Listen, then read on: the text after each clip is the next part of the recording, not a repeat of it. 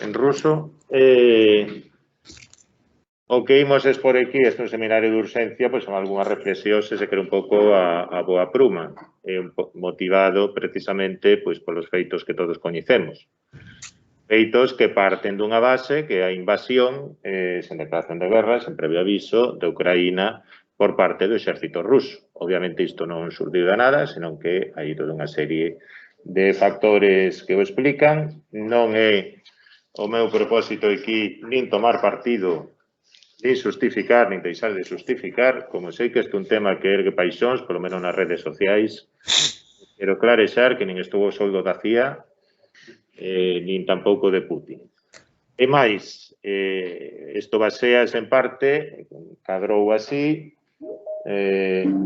na parte dedicada a Ucraína dun libro que teño no prelo, cuxas conclusións en parte terei que cambiar, por certo, que se vai chamar Volver a Stalingrado el Frente del Este en la Memoria Europea 1945-2021, onde precisamente abordo todas estas cuestións, tenta abordalas en unha perspectiva desapaixoada, o cal é moito máis fácil cando se ve, digamos, se ven os touros dende a barreira, non? Como dirían os castizos, cando un non é nin ucraíno nin ruso, pero que tamén hai que ter en conta que a ollada que nos convén, o que debemos adoptar, a ollada da historia, unha ollada da historia que non pretende xulgar, senón sobre todo comprender. Comprender que moitas veces non hai nin bons nin maus, sino que simplemente hai nos máis fortes e máis febles. Ucraína é un lugar complexo, cuxa pluralidade moitas veces non se recolle en todas as crónicas xornalísticas ou en moitos dos relatos que se fan circular, sobre todo tendo en conta que nunha guerra unha parte fundamental é o dominio do relato, como xa ben se dicían os clásicos, a primeira vítima nunha guerra é a verdade, calquera que sexa a verdade. E xa empeza polo feito de que eu sigo sen saber, sobre todo se escribo en castelán, se teñe que poñer ucranio ou ucraniano. Sei que as dúas están aceptadas. Trátase dun país non unha invención recente feita a costuróns, como dixo como declarou hai uns días Vladimir Putin, pero sí que é unha comunidade política que como tal, con fronteiras recoñecidas e abranguendo as súas diversas rexións históricas ou reivindicadas como tales, existe só realmente dende a República Socialista Soviética de Ucraína a partires de 1939, que foi despois incorporando diversas porcións. Ata entón, este é un país dual que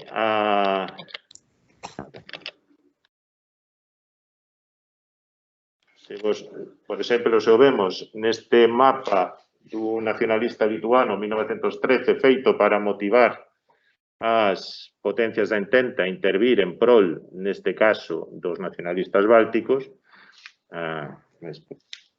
Anxos, depois teño moitos mapas, fixo algúns para min, incluso, aí podedes ver que a parte correspondente a Ucraína ten varias cores, e mesmo que hai grupos étnicos que desapareceron prácticamente como os alemáns do Volga, e xa non digamos os xudeus.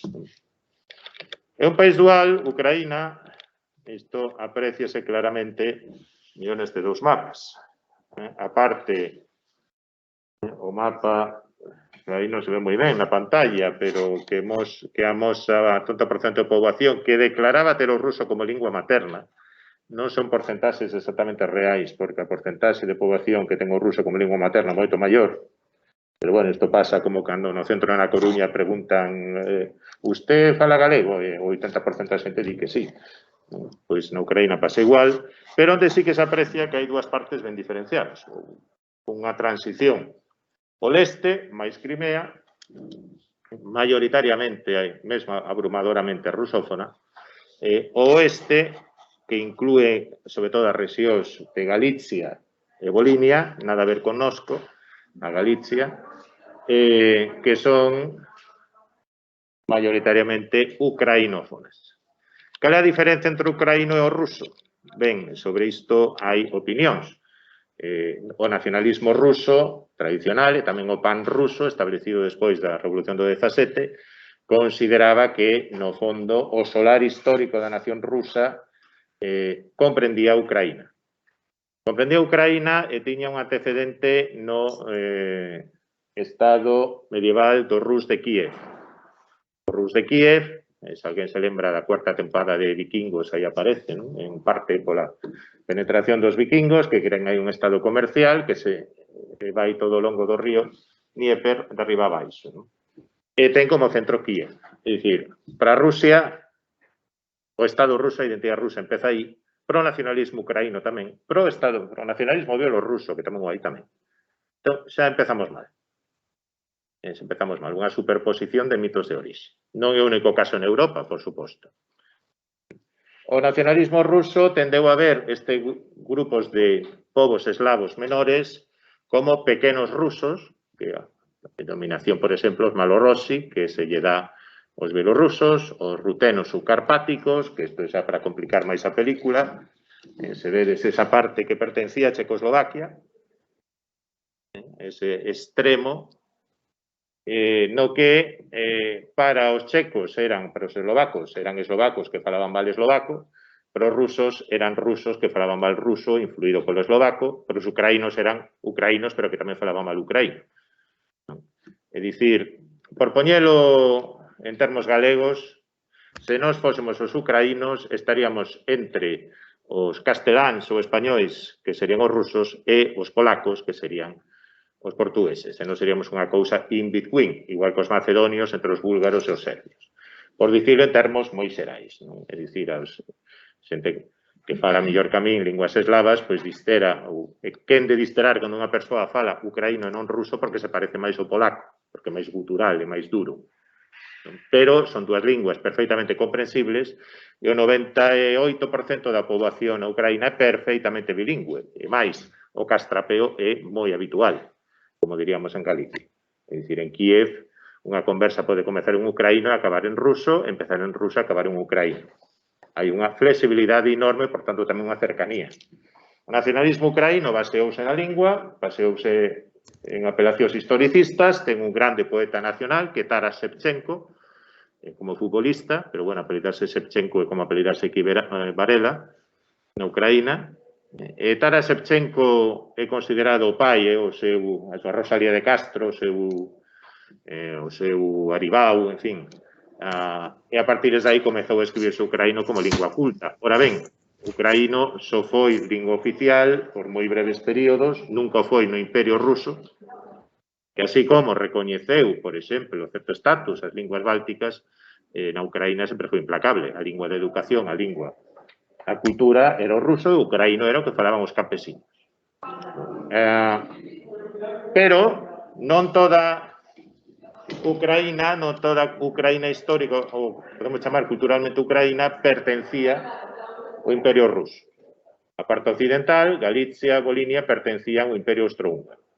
Se visitades Leópolis, Lviv, ou en polonés Lubov, unha cidade multicultural que pasou por diversas maiorías étnicas, encontraredes vos unha cidade que se parece moito máis a Salzburgo ou a Linz do que ás cidades rusas, non mesmo a Kiev.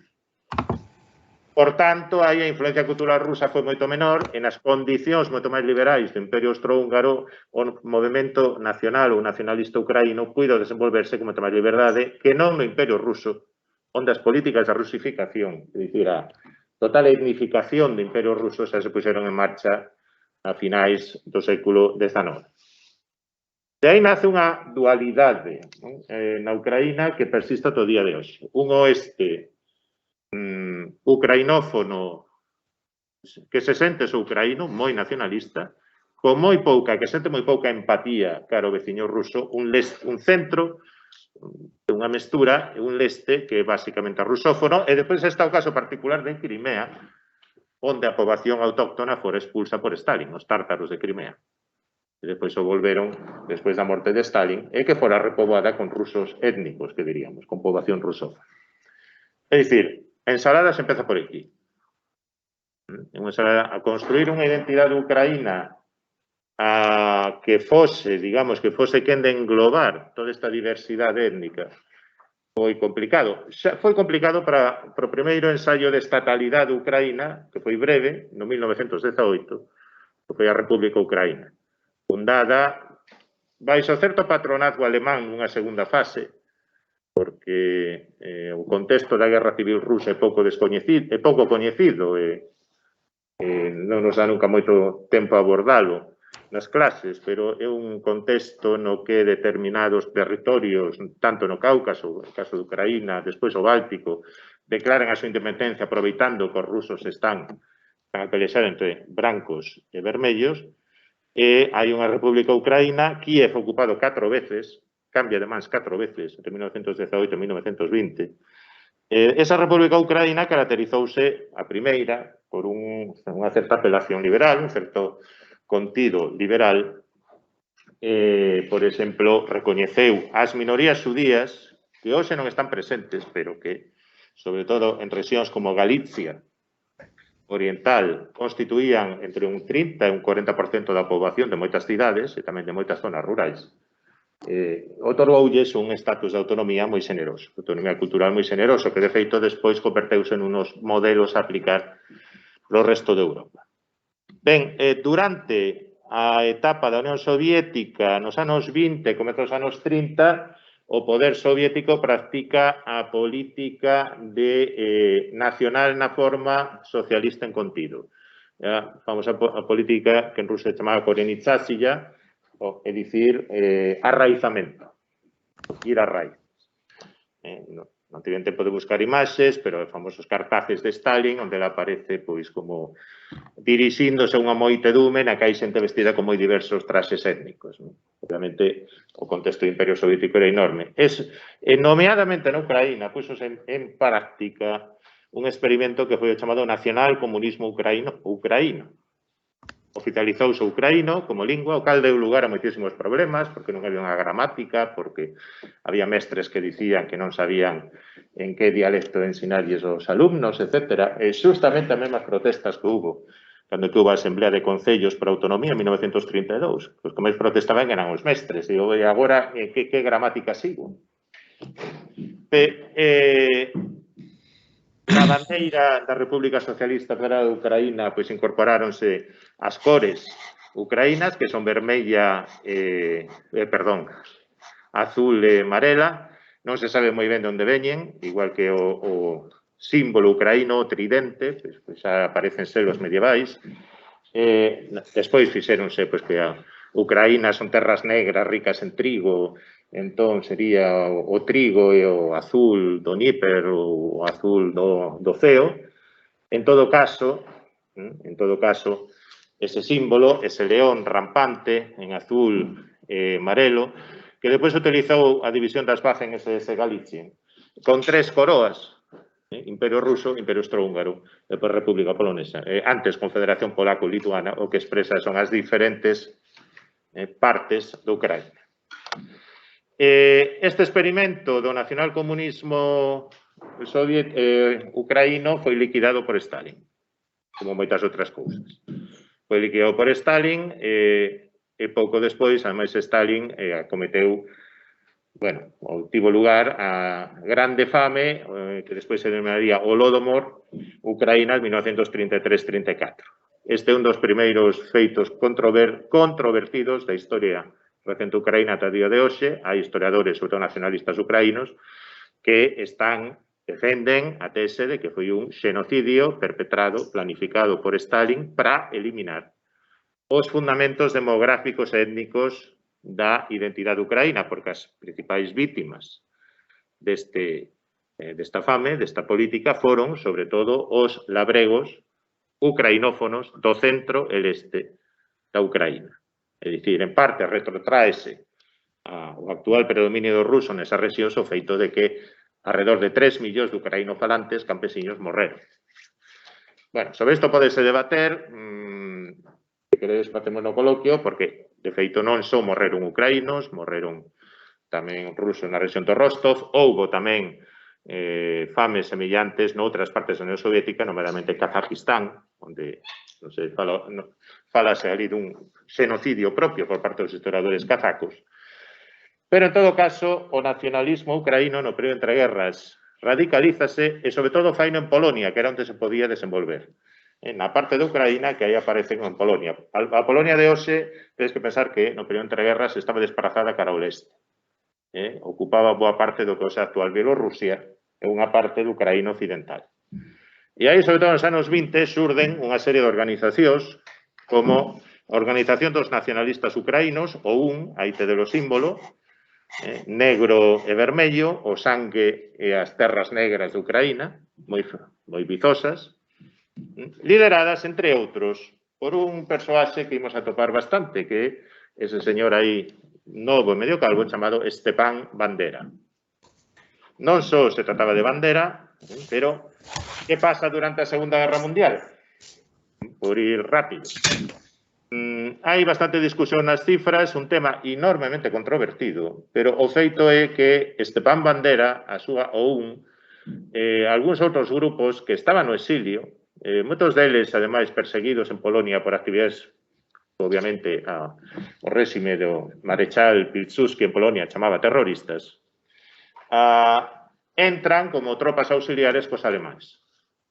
Entran como tropas auxiliares, os alemáns fixeronlles vagas promesas de que se atenderían as súas reivindicacións, que hai que facer un inciso, había alemáns que lles dicían iso, como Alfred Rosenberg, segundo ideólogo do movimento nazi, que era balto alemán, había outros, na Wehrmacht, non querían saber nada do tema. É dicir, estas tropas auxiliares servían para o que servían, para limpar a retagarda, labores de vixiancia, e depois, como xa se vería, cooperar no holocausto. Declaran a finais de xuño de 1931, o 28 de xuño, a República Ucraína con xuramento de fidelidade a Adolf Hitler. En que se inspiran? No Estado independente croata de Ante Pavelic, que se proclamara non moito antes. Nos Balcáns. Se os croatas o permiten, pois por que non a nós? É dicir, a idea dun sorte, igual que se prometera, e de feito se levar a cabo a un Tiso, prelado Josef Tiso en Eslovaquia, no 1939. Fúndase no ano 42, ademais, unha milicia, a chamada UPA, Exército Insurxente Ucraíno, que é a que ten as cores vermello e negra. Se vos fixades, en varias das cerimonias que imos ver, sempre hai a bandeira Ucraína dunha banda, unha bandeira vermella e negra que non é da CNT, senón que simboliza a UPA e, por extensión, pues, certas tendencias radicais do nacionalismo ucraíno. Ben, os alemáns, obviamente, cando ven que estes non foi Bandera, senón que foi un dos seus seguidores, o Tetsko, se creeran o conto, apresan os principais líderes da OUN, internanos, algúns deles, caso de Bandera, no campo de Sachsenhausen, onde coinciden, por exemplo, co chanceler Schuschnigg de Austria e outros, un estatus máis ou menos privilexiado, pero mantéñenos ata o fin da guerra. E a UPA, a UN, comete masacres contra a poboación civil, nomeadamente contra poloneses en Volinia, participa, parece ser, tamén en matanzas de xudeus, pero nun momento dado acaba loitando a tres bandas, acaba loitando contra todos. Acaba loitando contra o Exército Vermello, acaba loitando contra as milicias polonesas, acaba loitando contra o Exército Alemán. E se vos fixades nesta ilustración, aí se ven, bueno, arriba Slava Ukraini, é dicir, viva Ucraína, viva os heróis, honra os heróis, o Slava Heroim, o Heroim, hai un soldado da UPA que avanza sobre dúas bandeiras, unha bandeira nazi e unha bandeira soviética. O feito de que Bandera foi apresado polos nazis é o que fai a súa memoria controvertida. Porque moitos dos defensores da memoria de Bandera defenden que un momento, é certo, pois tiña as súas debilidades, colaborou cos nazis, pero foi porque non tiña outra e despois foi perseguido polos nazis, por tanto, non era nazi. En máis, despois toda Bandera morreu no 1959, foi envenenado polo KGB en Múnich, bastante perto de onde eu traballei 5 anos, a 100 metros. Esta a súa tumba no cemiterio no Waldfriedhof de Múnich, onde sempre hai flores frescas, porque en Múnich había unha diáspora ucraína importante, unha universidade en ucraíno dende 1929 que segue existindo, é dicir, sempre houve unha certa actividade. Eu nas clases que daba ali, ás veces, o movimento nacionalistas, viñame unha señora maior que despois me traía sempre fotos da tumba de Bandera. Entonces, se lle interesa vir e tal, que nos reunimos. E tal, gracias. Ben, despois, obviamente, perden a guerra, pero de longa resistencia, a UPA de longa resistencia dos anos 50. Hai nacionalistas ucraínos que ingresaron nunha división das Waffen-SS, a división Galizien, Numa 1. Hai nacionalistas ucraínos que participan como tropas auxiliares chamadas Schutzmannschaften e outros corpos como nas tarefas do Holocausto. De feito, se entrevistas superviventes do Holocausto, podedes entrades na página web do Yad Vashem, hai moitísimos testemunhos. Adoitan dicir moitos, os xudeus desta zona, que os nazis eran malos, os poloneses non nos querían, pero os piores eran os ucraínos. É dicir, hai toda a imaxe de que os ucraínos eran os piores de todos. De feito, pues, había de todo. Había os que loitaron contra os nazis, algúns protexeron xudeus, pero a maioría, isto tamén se aplica por certa resistencia polonesa, a Armia Krajowa, en parte. Pero, en xeral, o retrato que se pode facer da UPA e da OUN durante a Segunda Guerra Mundial non é especialmente favorable. Pero o nacionalismo ucraíno no exilio, moitos ucraínos retiráronse co exército alemán e moitos conseguiron despois visados de entrada en Canadá e en Estados Unidos. O principal centro da diáspora ucraína, os máis activos, están en Australia, están en Alemania, pero sobre todo están en Canadá, en cidades como Edmonton, porque xa había unha diáspora previa que os acolleu. Ali creáronse centros de estudos ucraínos, etcétera, etcétera. En Canadá hai moitos memoriais como este nos cemiterios, dedicado aos heróis da UPA. Que se facía na Ucraína soviética? Pois, bueno, eso é a estatua da nai patria, da Rodina Mater, e aí está na cuíña onde tamén está o Museo da Gran Guerra Patriótica. É bastante máis fea que a de Stalingrado, bastante máis estática, pero hai que ter en conta que, se vemos as cifras, houbo moitísimos máis ucraínos que loitaron no Exército Vermello, moitos recrutados. Tamén houbo moitos ucraínos que foron recrutados contra a súa vontade para loitar nas filas dos que se chamaban moitas veces banderossi, ou bandeirantes, se queredes. Hai moita incerteza, onte preguntábame José Carlos sobre isto, moita incerteza sobre as cifras. Hai quen estima que alrededor de 1 millón de non alemáns loitaron na Ucraína do lado dos alemáns, pero non todos eran ucraínos, ollo. Había alemáns do Volga, había os de outras etnias, pero houve 4 millóns de ucraínos que loitaron no Exército Vermello. Seguimos a xerarquía do heroísmo, que era algo moi típico, sobre todo na Unión Soviética de Stalin. Hai un número moito maior de mortos rusos en combate, nas fileiras do Exército Vermello, pero o maior número en porcentaxe de vítimas civis é vítimas ucraínas. Case un 10% da poboación. Hai masacres ben coñecidas, como as de Babillar, onde foi unha matanza de xudeus, pero non só de xudeus, onde, por certo, se levantou nos últimos anos un memorial, un centro de estudo sobre o Holocausto, con financiamento ruso, e onde foi destruído pola artillería rusa. Polo menos parece que foi destruído en parte. Que se conmemorou na Unión Soviética? Bueno, Stalin estaba obsesionado cos ucraínos, sempre os considerou pouco fiables, e isto viña das súas experiencias como comandante do Exército Vermello na Guerra Civil. Porque os campesiños ucraínos negábanse a colaborar cos dous exércitos. É un dos poucos lugares onde hai un movimento anarquista masivo, que é o de Néstor Magno, a parte de España, por memoria que medio se perdeu, e onde moitas veces os labregos ucraínos organizaban defensas, milicias de autodefensa, para que non lles levasen o gran. Esta teima seguiu despois do ano 45, que pasa que un dos asesores, Nikita Khrushchev, era ucraíno, de Kharkiv, rusófono. Non se sentía moi ucraíno, ainda que Stalin lle facía, parece ser, bailar danzas ucraínas de cando en vez, cando estaban borrachos. O que se conmemora, entón, é a participación ucraína na Segunda Guerra Mundial, na vitoria de 1945, o que pasa a conmemorarse, por exemplo, mesmo con nomes de cidades, e as vítimas da UPA, é dicir, dos nacionalistas ucraínos, e mesmo a xentes, pois unha serie de persoaxes que non nos soarán de nada, vou aforrar os nomes, pero que tamén teñen unha memoria controvertida, pero que eran ucraínos no exército vermello. Destes o máis, o que máis controversia creo foi Oleg, teño por aquí o nome, Oleg Kosvil ou algo así, e que apenas podo ler con esta luz, desculpade, e que foi, parece ser, o soldado que está na famosa foto nas ruínas do Reichstag, da bandeira soviética. Entón, pois parece ser que ese soldado era ucraíno, pero que despois Stalin ordenou que non se dixese que era un ucraíno, senón que era para un dagestano e un bielorruso.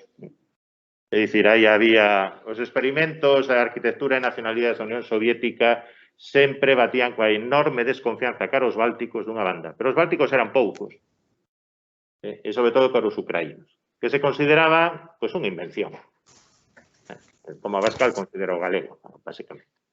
É dicir, se considerábase que, bueno, que no fondo eran rusos, e que iso fora un erro da política de nacionalidades dos anos 20, primeiros 30. O de darlles territorialidade e estatalidade, pero, de outra banda, precisamente despois da Segunda Guerra Mundial foi cando a Ucraína histórica se unificou, porque se anexionou a Bucóvina, rexión que pertenceu tamén ao Imperio Austrohúngaro, despois a Romenia, no período entre guerras,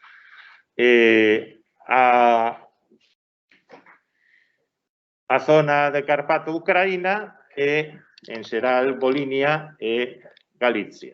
E todo isto nunha mesma entidade, xunto con Crimea, xunto con Donbass, xunto con Kiev, etc. É dicir que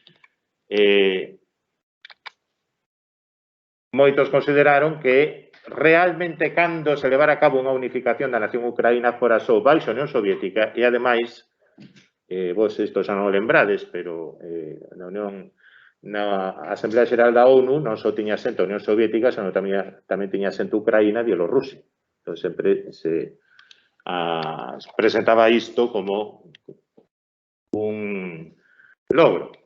Ben, a partir dos anos 80, perestroika, resurdimento da afirmación etnonacionalista en boa parte da Unión Soviética. En Ucraína Occidental, sobre todo, os disidentes antisoviéticos recollen o legado da memoria, sobre todo da UPA e da UN e de Stepan Bandera. Fano como se fosen heróis malditos. É dicir, como xente que loitou contra uns e contra outros. Asocian etnonacionalismo que moitas veces os que volveron despois de 1979 da diáspora, do exilio, teñan ideas moi simples ao respecto. No ano 94 coñecín a un destes e me dicía claramente que, bueno, que hai autóctonos, hai xente que do lugar de toda a vida e outros que viñeron despois. Entón, o normal é que queden os autóctonos que viñeron despois que se vayan. E eu tenho que preguntar, bueno, cantas xeracións teñen que pasar, non? É dicir, para ser autóctono ou para non serlo. Non me soubo responder. É un señor que estivera exilado en Canadá, etcétera, etcétera. Os que se trae é o culto a Stepan Bandera, os chamados heróis da UPA, e xa antes da independencia de Ucraína, en varias zonas de Ucraína Occidental, érguense monumentos a Stepan Bandera. Monumentos que despois, nos anos 90, se van generalizar non a toda Ucraína, pero sí a boa parte da Ucraína Occidental e mesmo central. Non era a iniciativa do Estado, senón que era a iniciativa moitas veces de concellos, era iniciativa, nesas iniciativas tamén se promovía a concesión dos beneficios de excombatente aos soldados da UPA, etc. E claro, moitas destas estatuas que se erguen a bandera, que moitas veces foron derrubadas, pintadas de vermello, despois repostas, se vos fixades nun pequeno detalle, fixadevos na postura, na pose, a que recorda?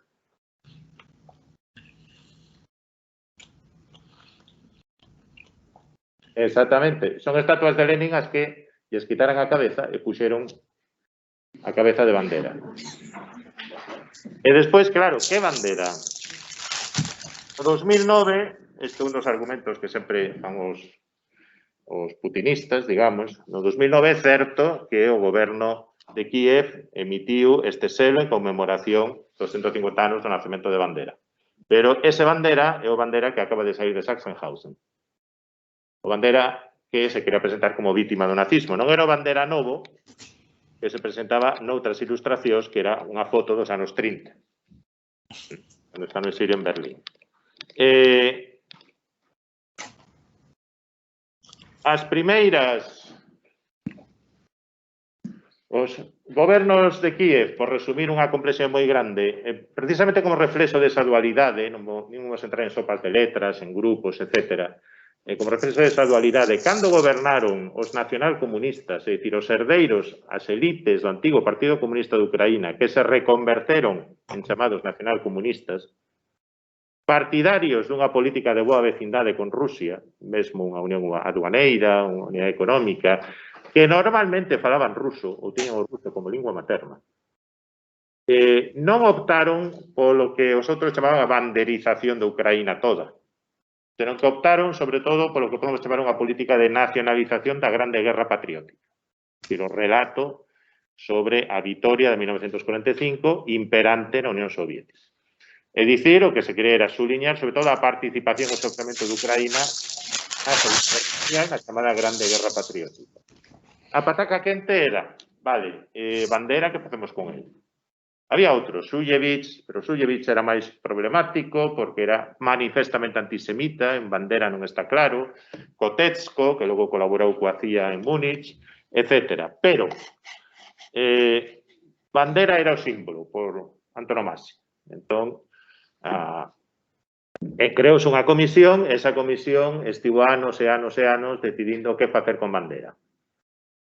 Pero, entrementre, moitos dos seus partidarios, as tendencias radicais do nacionalismo ucraíno, que existen, sen dúbida, que son moi activas, sobre todo na Ucraína occidental, o mesmo en Leópolis, en Lviv, estive nun bar temático dedicado a Stepan Bandera, porque para entrar tens que dicir eslava Ucraína, ¿no? Viva Ucraína. É un bar normal e corrente, pero está cheo de bandeiras da UPA e tal. A verdad que dá un pouco de repelús, digamos, ¿no? É unha figura da contracultura juvenil, nos estadios de fútbol dos equipos do Ucraína occidental sempre hai grandes pancartas con Stepan Bandera, un pouco está en todas partes, sempre nesa pose de estatua de Lenin, sempre con gravata, nunca paramilitar. E moitas veces o Bandera é un pouco maduro que sai de Sachsenhausen, como para simbolizar que ollo que os nazis trataron moi mal. Por exemplo, esta é a estatua de Bandera en Kiev, que non sei se segue existir, pero foi inaugurada na década pasada. É dicir, debateuse moito sobre que facer con Bandera e ao final ergueuse esta estatua, unha estatua moi sinxela, detrás con 4 columnas. Que simbolizan esas 4 columnas? O Rus de Kiev, a República Ucraína de 1918, a declaración de Lviv de independencia do 28 de xuño do 41 e, finalmente, a independencia de 1991. Independencia de 1991 que foi votada pola grande maioría da poboación, incluídas as rexións rusófonas. Aí, non, se vos fixades, o que hoxe é o Donbass, hai porcentaxes do 83%, do 83%, do 90%, e mesmo en Crimea do 54%. É dicir, moitos rusófonos apoian a independencia de Ucraína. Por tanto, cando gobernan os rusófonos hai unha tendencia a nacionalizar a Grande Guerra Patria. Cando gobernan as faccións máis nacionalistas, isto fixose evidente, por exemplo, despois da Revolución Laranxa ou despois do Euromaidán, hai unha tendencia a estender o culto a Bandera, o culto a ese pasado presoviético ou antisoviético a toda a Ucraína. E mesmo no ano 2015, en parte por inspiración dun persoaxe que non chegou a ser ministro, porque era deputado, un historiador de Lviv, que despois ocupou diversos cargos, promoveuse a chamada lei de descomunización, é dicir, a eliminación sistemática de todos os símbolos que lembrasen a Unión Soviética. Escudándose na teoría do totalitarismo, o comunismo soviético era igual ao nazismo, e facendo o mesmo, por certo, que fixo o goberno polonés en Polonia. É dicir, non son os únicos que o fixeron, fixérono con carácter especialmente sistemático. Que se deixou fora? Iso sí que é interesante. Os cenotafios e placas adicados ás víctimas ou os caídos do Exército Vermello na Segunda Guerra Mundial. Considerouse que ese se respectaban, porque iso espertaría moitísimo máis problemas na poboación.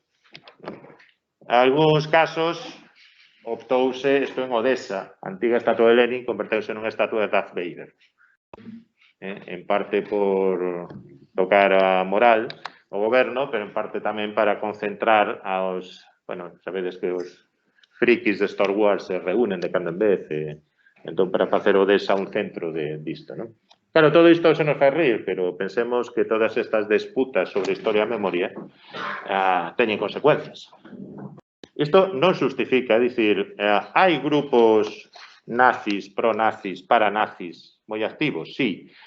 Todos eles ven todos eles na figuras ou na reivindicación da UPA, da OUN, de bandera, un aliñamento decidido co Terceiro Reich, non todos. Moitos seguen a ver a bandera e unha parte dos seus seguidores unha sorte de heróis malditos. Como xente que atrapada polas circunstancias xeopolíticas. Hai outras memorias na Ucraína recentes? Sí.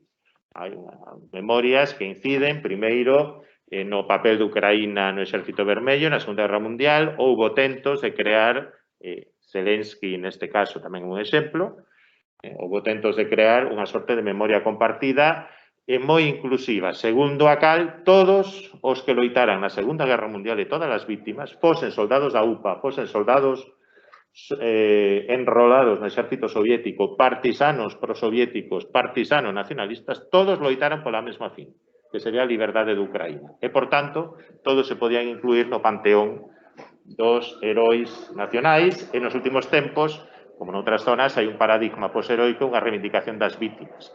Incluir as unhas víctimas, e con isto acabo, que foran as grandes esquecidas no período soviético e que foron tamén nas narrativas da memoria recente de moitos estados postsoviéticos, que eran os xudeus.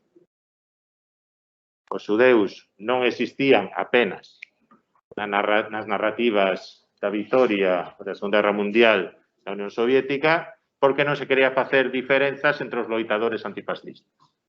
Isto uníase despois o antisionismo, posición do Israel, etc. Mesmo hoxe ides a Auschwitz, buscaredes en van unha placa que lembre de maneira específica os xudeus. Son os loitadores antifascistas dos diferentes países. Despois de 1991, en moitos dos discursos da memoria, bálticos, ucraínos, polacos, etc., había certa dificultade para concibir que os xudeus foran parte da nación. Eran considerados outros, que estaban aí, pero que non eran exactamente dos nosos. E que desapareceron. Por un axente externo, todos foran os alemáns, non houbera colaboracionistas. Só recentemente, por exemplo, en Cracovia, en outras cidades, e tamén en Lviv, descubriuse que o pasado xudeu podía ser, digamos, unha fonte de ingresos turísticos. A película Lista de Schindler colaborou moito a iso. Pero así a todo, moitas veces descubriuse isto de maneira fortuita. Cando, no 1991, na praza do Teatro de Lviv, se derrubou a estatua de Lenin, a multitude, aplausando, etc., caeu a estatua de Lenin, entón descubriuse que no zócalo estaba composto de pedras reaproveitadas dun cemiterio xudeu.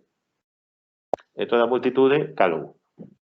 É dicir, aí acabou o seu xúbilo e pero isto de onde ven? Porque, claro, os soviéticos reaproveitaran esas lápidas, esas laxes como material. Nos últimos tempos sí que houve avanzos neste sentido. Houve avances para considerar os xudeus como parte integrante tamén da nación ucraína e da súa diversidade. En Dnipro, bueno, agora chamase Dnipro, antes Dnipropetrovsk, en Odessa, en zonas onde houve matanzas de xudeus, erguéronse monumentos conmemorativos, nomeadamente no Barranco de Babillar, onde no setembro do 41 morreron alrededor de 30.000 xudeus en poucos días. E mesmo aí, despois de moitas discusións, creouse un memorial, un centro de estudos sobre o Holocausto, que foi destruído. Al final, con isto quero dicir, noutras circunstancias, pois isto sería un exercicio moi bonito do seu Historia e Memoria. Infelizmente, hoxe en día, moitas veces, estas complexidades simplifícanse na propaganda. Bueno, máis nada, desculpade se falei demasiado. E agora é o turno de José Carlos.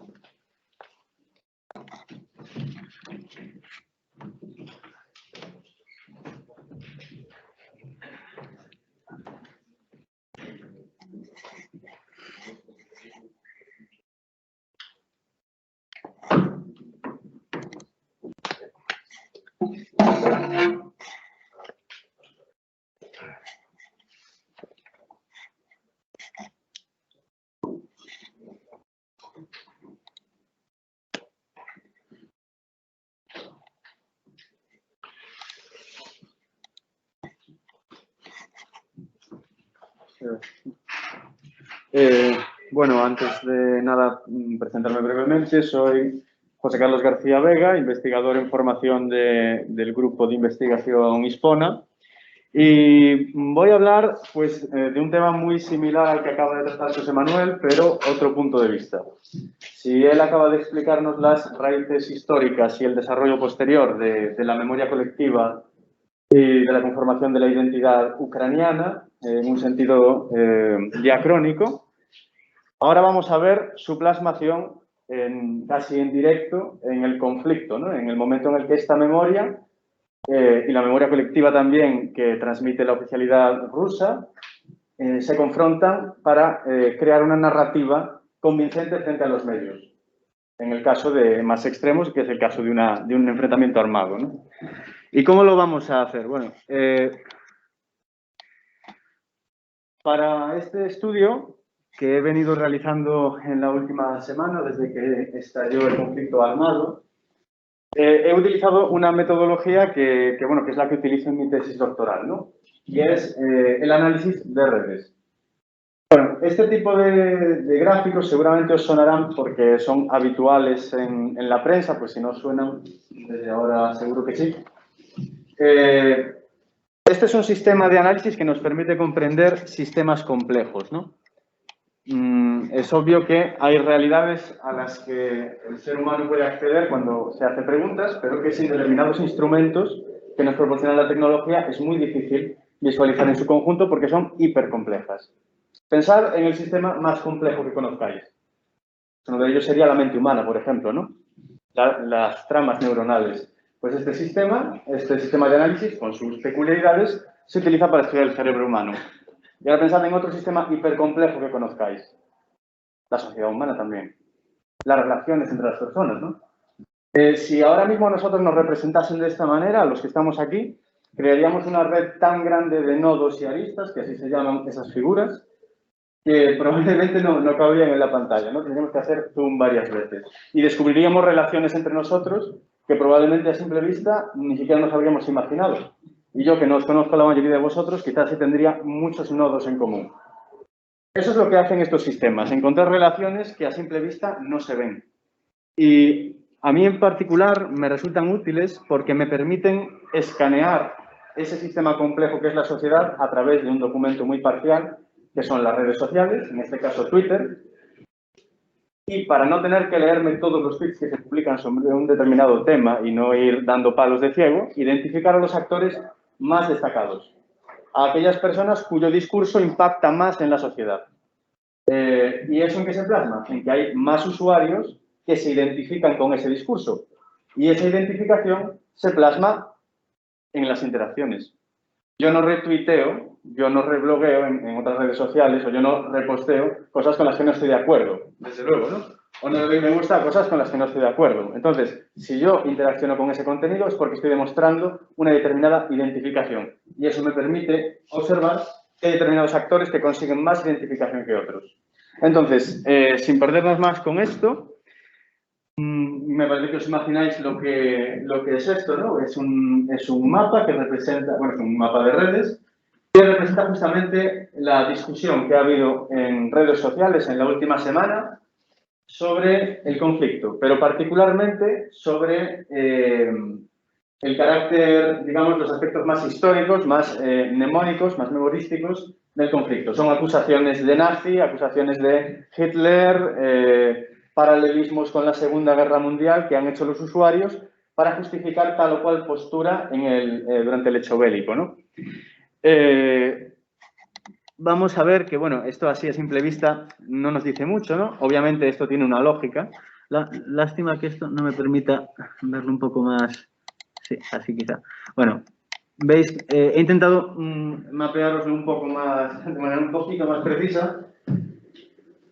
Veis que hay grupos de nodos, yo los he agrupado por colores para que se entienda de una manera más intuitiva. Tenemos un gran grupo que, como veis, ocupa 2 grandes espacios además del mapa, que está coloreado en color rosa, que es el llamado el grupo A y sus derivados, que son ASU2, ASU3, ASU4, y tenemos un grupo azul. El grupo rosa representa a aquellos usuarios que se identifican en sus posturas, en su performatividad en las redes sociales, con la causa de la resistencia ucraniana y además con la narrativa que se articula en torno a esa causa.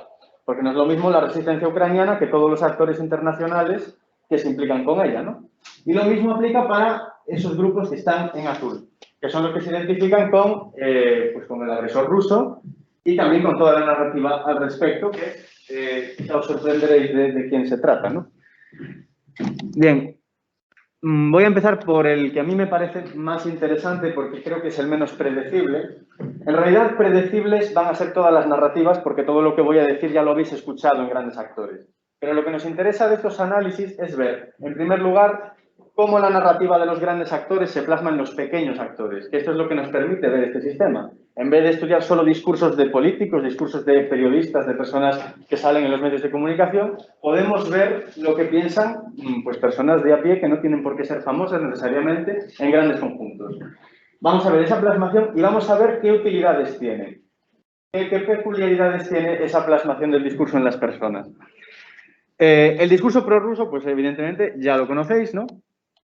Se basa en grandes lugares comunes, pero voy a empezar por presentaros a los actores que he identificado en este grupo de personas que os mostraba aquí arriba, en este grupo de personas que defienden la postura prorrusa.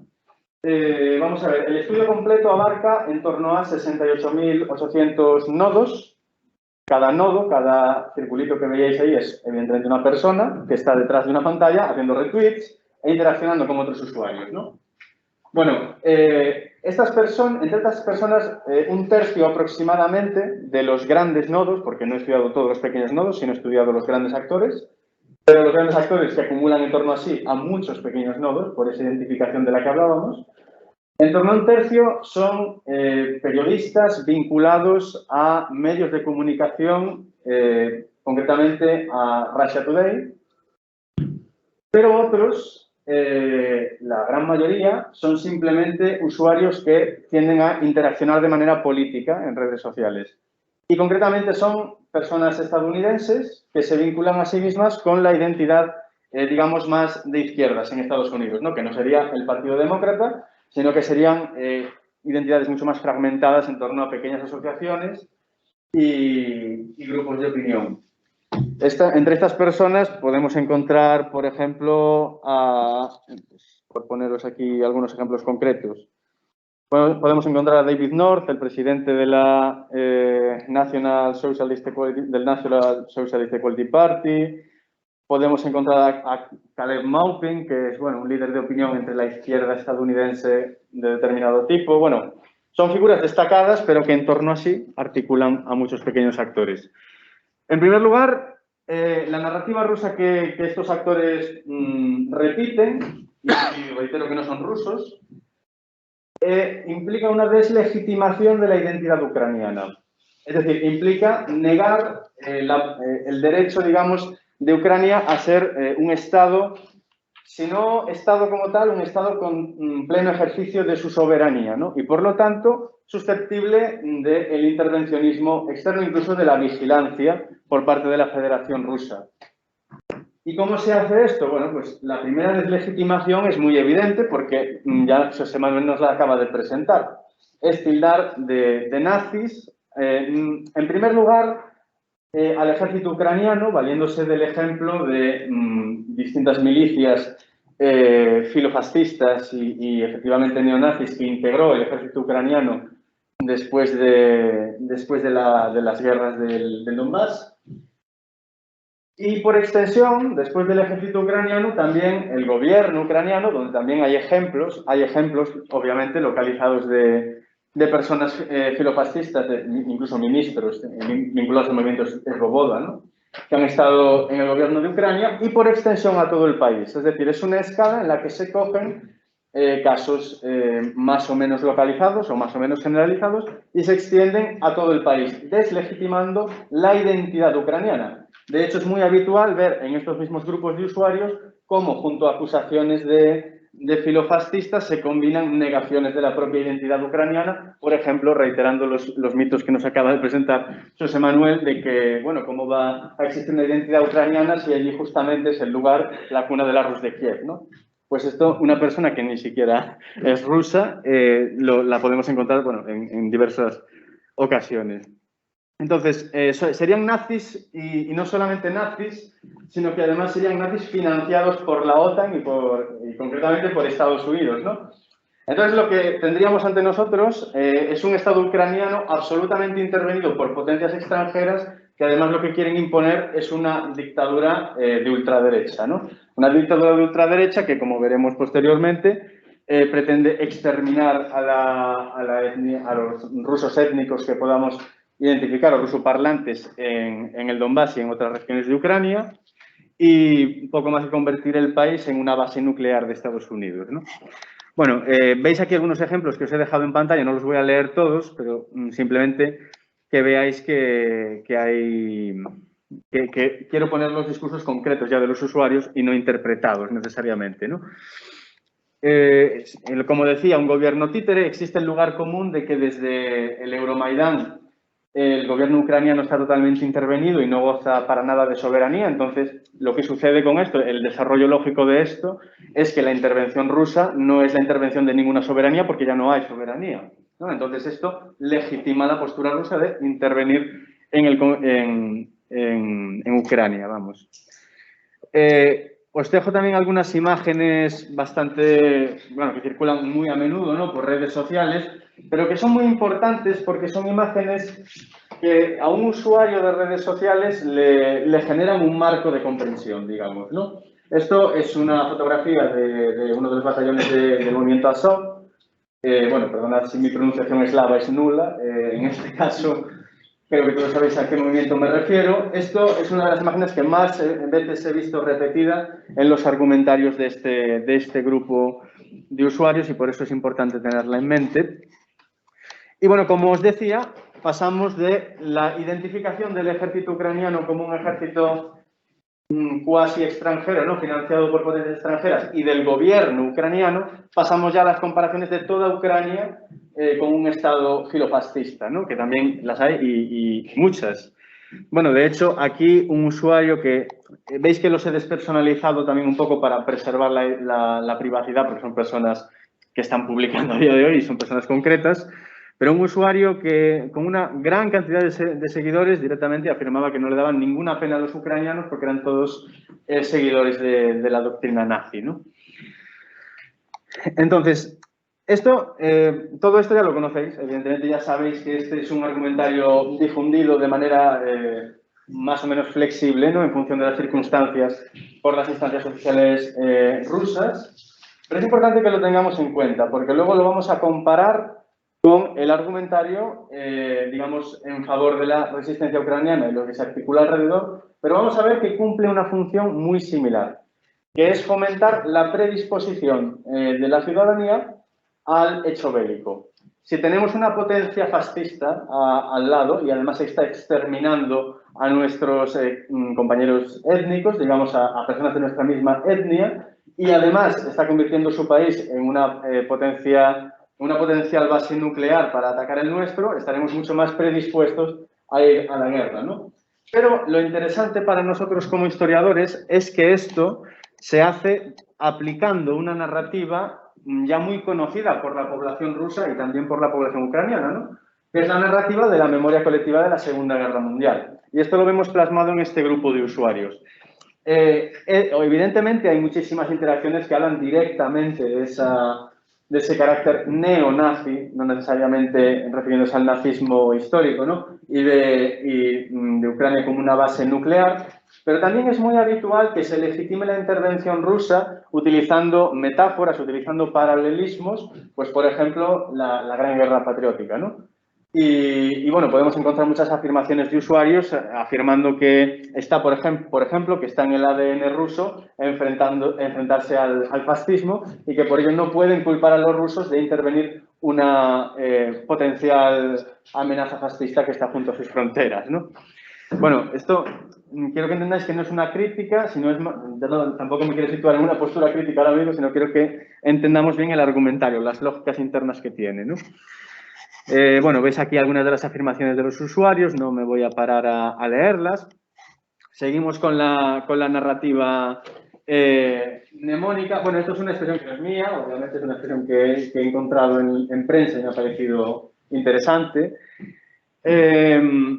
Pues un poco lo que os decía, ¿no? Rusia ha venido luchando contra los nazis desde la Segunda Guerra Mundial, mientras Estados Unidos los ha empleado y les ha dado armas, ¿no? Bueno, este tipo de oposición entre un gobierno estadounidense que financia nazis y una Rusia que históricamente ha luchado contra ellos.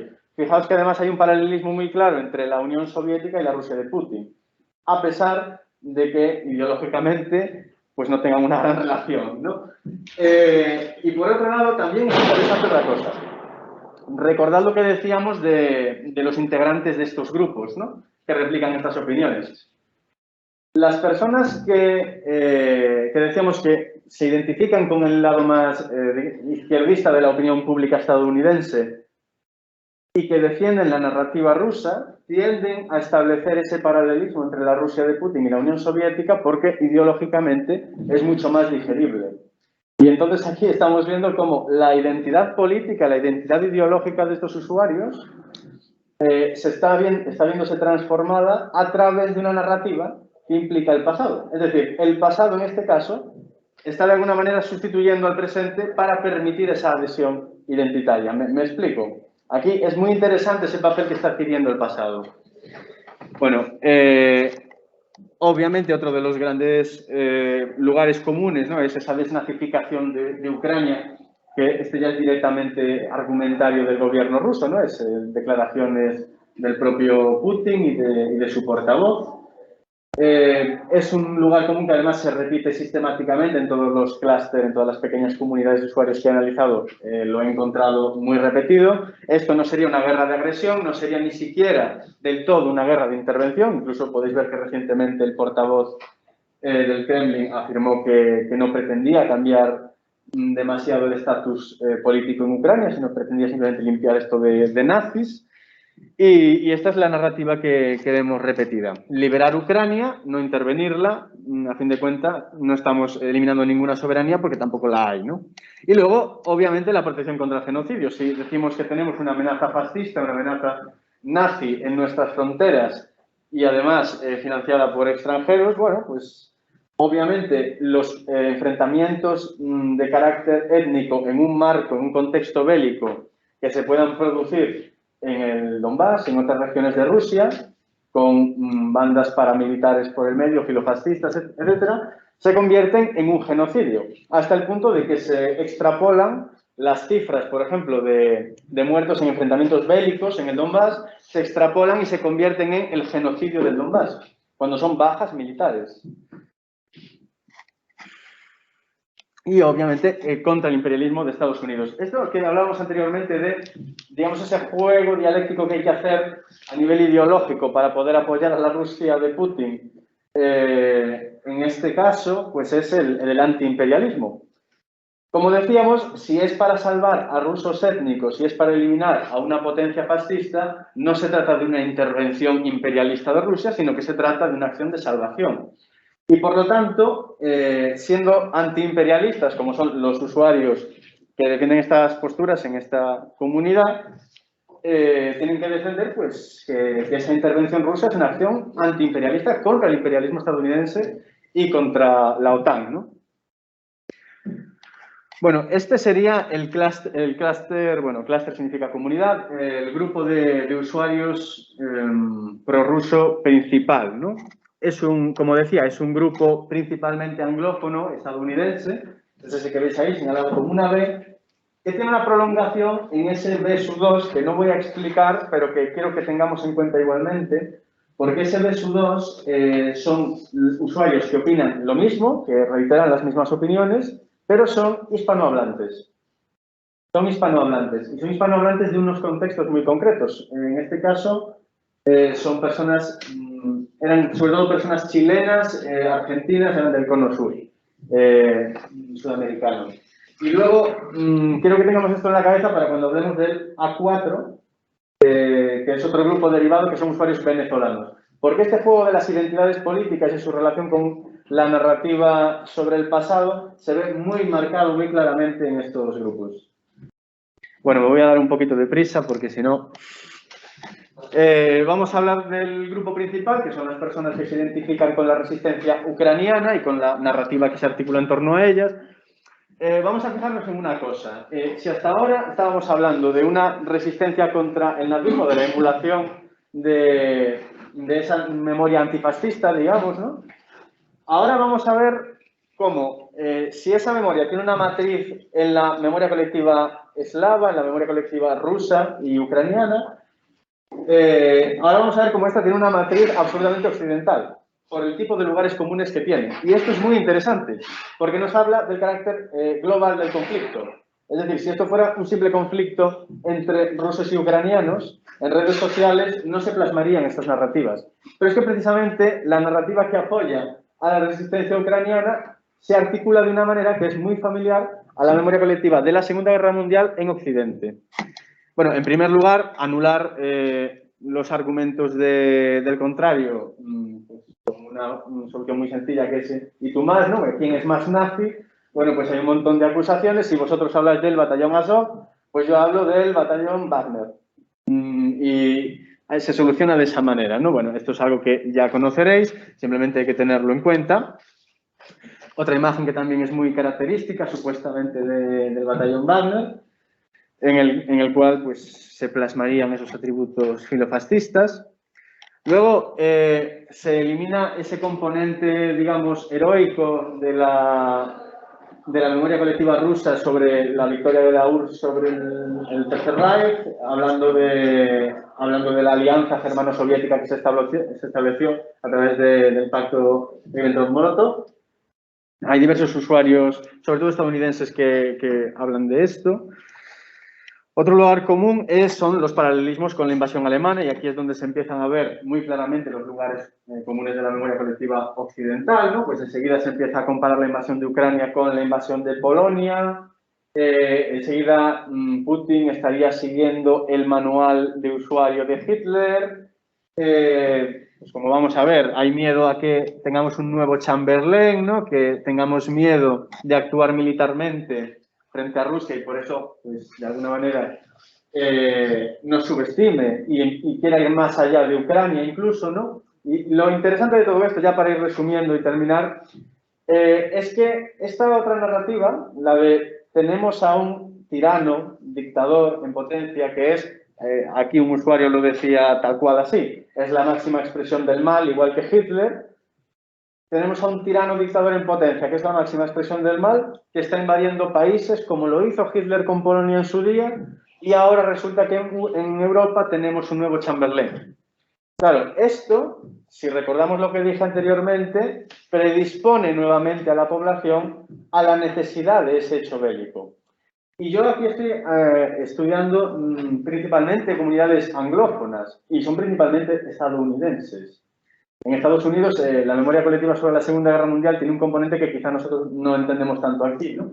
Pero es capaz de activar una alarma, digamos, a nivel de imaginario que se ve muy bien plasmada en estas comunidades, en los discursos, porque aparecen un montón de usuarios reclamando una intervención militar con Rusia, medidas muchísimo más duras y muchísima menor mesura a la hora de actuar con él, porque a fin de cuentas sería igualito que Hitler, ¿no? Bueno, es que de hecho un académico, que no es un académico estadounidense, sino que es un académico sueco que me encontré también aquí, dijo directamente a Putin le ha salido el Hitler. Es decir, es una narrativa que se ha expandido de una manera absoluta. Bueno, aquí está lo de Vladolf Hitler, Vladolf Putler, son expresiones propias de las redes sociales que os van a resultar muy familiares, ¿no? Las comparaciones entre Putin y Hitler lo que usan es precisamente eso, legitimar esa visión de Putin como una persona que no está en sus cabales y que está dispuesta a invadir toda Europa si no se le detiene con una acción militar decisiva, ¿no? Entonces, bueno, más comparaciones, lo que hablábamos de los nuevos Chamberlain, y vamos a las conclusiones. Entonces, en primer lugar, tenemos ese carácter identitario de las narrativas, ¿no? Un carácter identitario muy complejo, porque no estamos hablando solo de la identidad ucraniana y la identidad rusa, que también. De hecho, si os fijáis en el mapa que os enseñé antes, los ucranianos ocupan el lugar, bueno, los usuarios genuinamente ucranianos, que he podido contrastar que lo son, que he podido encontrar, ocupan el lugar A2 del mapa. Obviamente, este no es un mapa completo, ¿no? No puedo analizar millones y millones y millones de nodos. Pero es muy significativo que ocupen ese espacio tan pequeño, porque nos explica un poco por dónde van las narrativas. Bueno, en primer lugar, tenemos que este tipo de estudios nos muestran las complejidades de la identidad humana en su relación con el pasado, ¿no? Cómo el pasado, en este caso, sirve a unos, digamos, para sortear el trampolín ideológico que es necesario para apoyar a un país que está gobernado por un régimen absolutamente conservador, ¿no? Y que muchos tildarían de reaccionario incluso. Por contraposición al imperialismo estadounidense y estableciendo un paralelismo con hechos heroicos del pasado durante la Segunda Guerra Mundial, y a otros les sirve como marco para entender el presente y conseguir una predisposición determinada en la mayoría de la población a una acción concreta. Lo que os decía de predisponer a las personas para una acción militar en base a una narrativa vinculada a la Segunda Guerra Mundial es algo que además ya se ha hecho y es muy conocido, por ejemplo, como en los discursos posteriores al 11 de septiembre se habló con unas estructuras similares a los que se dieron después del ataque a Pearl Harbor, ¿no? Y estableciendo comparaciones explícitas. Esto es muy habitual en los discursos estadounidenses. Bueno, pues tenemos esa complejidad a nivel identitario. Como decía, la memoria colectiva como sustitutivo del imaginario real, es decir, en el debate lo que no está presente en muchos casos es hay tales recursos estratégicos en la frontera ruso-ucraniana, existe este problema geopolítico respecto a las posibles armas nucleares, respecto a la posible expansión de la OTAN. El debate se sitúa en otros términos. El debate se sitúa en términos de Ucrania es nazi o se sitúa en términos de Putin es Hitler. Y ese imaginario del pasado, ese imaginario relacionado con la memoria colectiva, sustituye al imaginario del presente, digamos, ¿no? Hace una función vicaria, que podríamos decir. Entonces, en ese sentido, es un uso social y político del pasado que nos interesa mucho como historiadores analizar.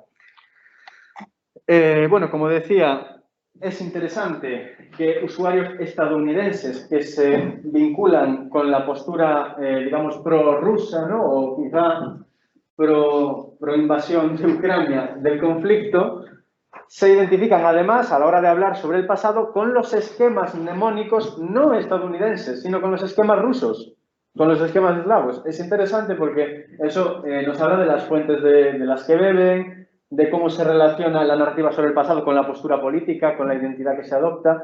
Es decir, y lo mismo cabe decir de quienes defienden la resistencia ucraniana, ¿no? Pues en el caso de los ucranianos, cuando se hablaba sobre la Segunda Guerra Mundial, también adoptaban unos esquemas absolutamente similares a los de la narrativa occidental, los que podíamos encontrar en usuarios estadounidenses, franceses, italianos, brasileños, que también estos encontré numerosos. Y bueno, como decía, esa utilización política de la memoria colectiva para conseguir una predisposición al hecho bélico es algo conocido y y ya muy estudiado, ¿no? Además, pero que además muestra efectividad. Y eso es lo que nos permite ver este estudio, por ejemplo, ¿no? Que no es simplemente una teoría de que se utiliza este esquema, este imaginario para conseguirlo, sino que vemos cómo efectivamente esos pequeños nodos, que son personas, como decía, sí se interrelacionan con esos discursos y sí los repiten. Entonces, bueno, pues es una contrastación empírica de algo que hasta ahora se quedaba en la teoría, ¿no? Y nada, pues ya termino, que se nos hace tarde para las preguntas. Bueno, muchas gracias.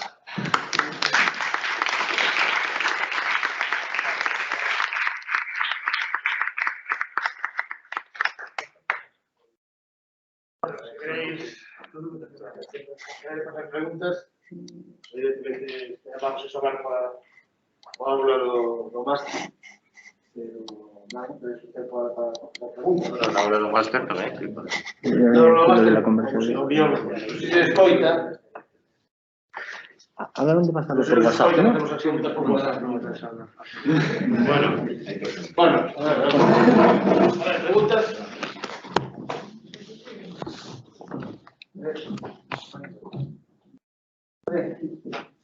Sí, bueno, mi pregunta era para José Carlos, para esta intervención de ahora. Y es que, bueno, yo no he evitado ver constantemente paralelismos con otros hechos y con otras identificaciones y, en muchos casos, incluso simplificaciones de diversos conflictos. Es decir, se me vino a la mente también a la hora de tratar cómo se está hablando de estos discursos, una portada de la revista Time, que la estoy últimamente mucho por redes, relativa a las guerras de Yugoslavia, que citaba la frase "bringing the Serbs to hell", o sea, la identificación, que también comentabas antes, de un propio Estado directamente ya filofascista en su totalidad. Y de cómo se tratan ese tipo de discursos. También la asimilación esta de, pues, por ejemplo, Putin, el nuevo Hitler, o el dictador, la persona de turno encargada de un conflicto, como el nuevo Hitler. Se llegó a hablar del propio Saddam Hussein como el nuevo Hitler, o lo que estaba de Israel incluso. Es decir, también, pues, por ejemplo, también Yugoslavia, Milosevic, Tuđman, es decir, se recurre mucho a esta salida, por así decirlo, de la identificación con el nazismo directamente.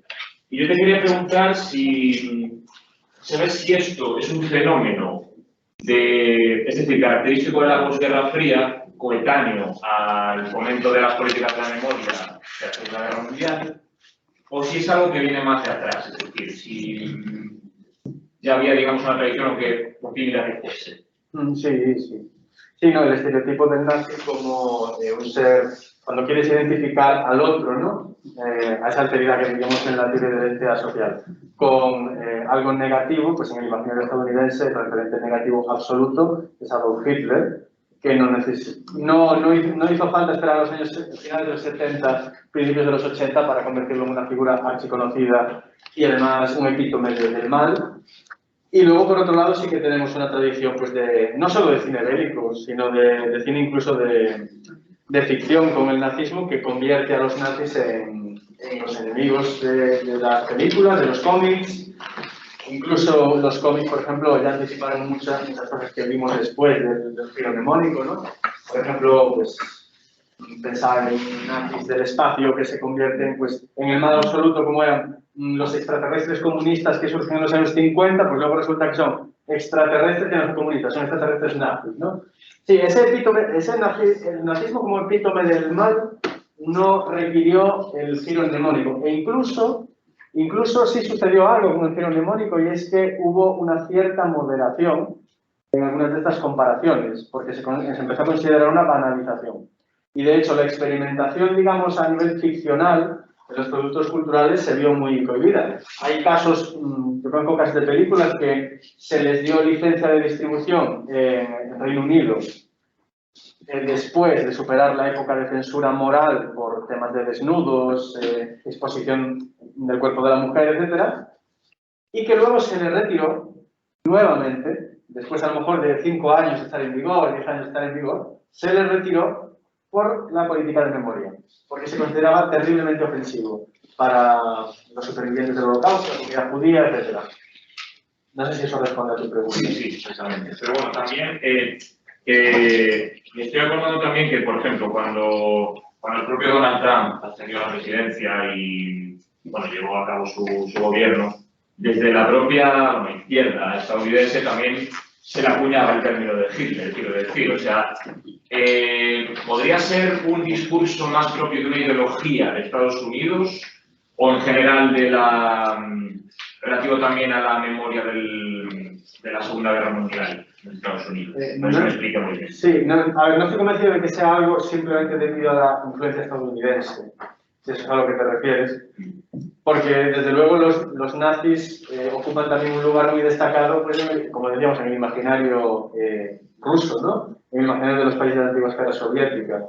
Sí que es verdad que quizá nosotros estamos acostumbrados más a esa omnipresencia del nazismo en las representaciones culturales. Cuando queremos insultar a alguien como Donald Trump, le llamamos Hitler directamente. Pero claro, yo también tengo que reconocer que desconozco hasta cierto punto, bueno, desconozco casi totalmente más bien, la esfera cultural eslava, por una limitación lingüística. Entonces no sé hasta qué punto allí sucede algo similar aquí o no. Lo que te puedo decir es que hay indicios, no sé, pues precisamente si decimos que los rusos utilizan un argumentario basado en que los ucranianos son nazis, será porque eso activa algo en el imaginario colectivo, ¿no? Claro, luego ya hasta qué punto sea similar o no a lo que sucede en Estados Unidos, lo desconozco. Lo curioso es que todas las soluciones sean que lo malo todos nacen, ¿no? Por un lado y por otro, ¿no? Y no hay alusiones al Holodomor de esto, ¿no? Por ejemplo, que debería haberlo, ¿no? Como a Stalin, ¿no? Pero no, a Stalin, pues no se detecta, ¿no? En el imaginario estadounidense son muy similares, yo diría. Las representaciones de la Unión Soviética stalinista, o la Unión Soviética en general y las del Tercer Reich son muy parecidas. Incluso a veces yo creo que reciclan los uniformes de los oficiales soviéticos y los nazis sin ningún problema. Pero luego tengo entendido que es más recordado sobre todo desde la extrema derecha, es decir, como para hablar de la propia Unión Soviética y demás, y los crímenes de ella. No, aí distinto, dicir, o Holodomor agora mesmo é un mito, unha referencia do pasado compartida pola grande maioría da sociedade ucraína. E tamén non só Ucraína, senón está reconhecida no ámbito académico. Outra cousa son as interpretacións que se fan do Holodomor. Se xenocidio só contra os ucraínos ou resultado dunha serie de disfuncións na política stalinista da súa particular lógica ilóxica, se queres, que non só tiña como objetivo os ucraínos, senón que tiña como objetivo máis que nada os campesiños que se opuñan a colectivización, que eran considerados, pouco dicir, os kulaks. E isto atinxía aos ucraínos, pero tamén atinxía a non ucraínos. Entón, é certo que cando se cruñou o concepto de Holodomor, que isto foi no Instituto de Harvard de Estudos Ucraínos nos anos 80, comezou os 80, buscouse un acrónimo, en ucraíno significa morte por fama. Buscouse un acrónimo que fose exactamente igual que Holocaust. Holocaust, Holodomor. Isto recoñecemos nos que inventou o tema, que foi un profesor de Toronto, de orixe ucraína, chamado Frank Vishing. Pero que se precisaba un instrumento, precisábase unha icona, precisabase un termo.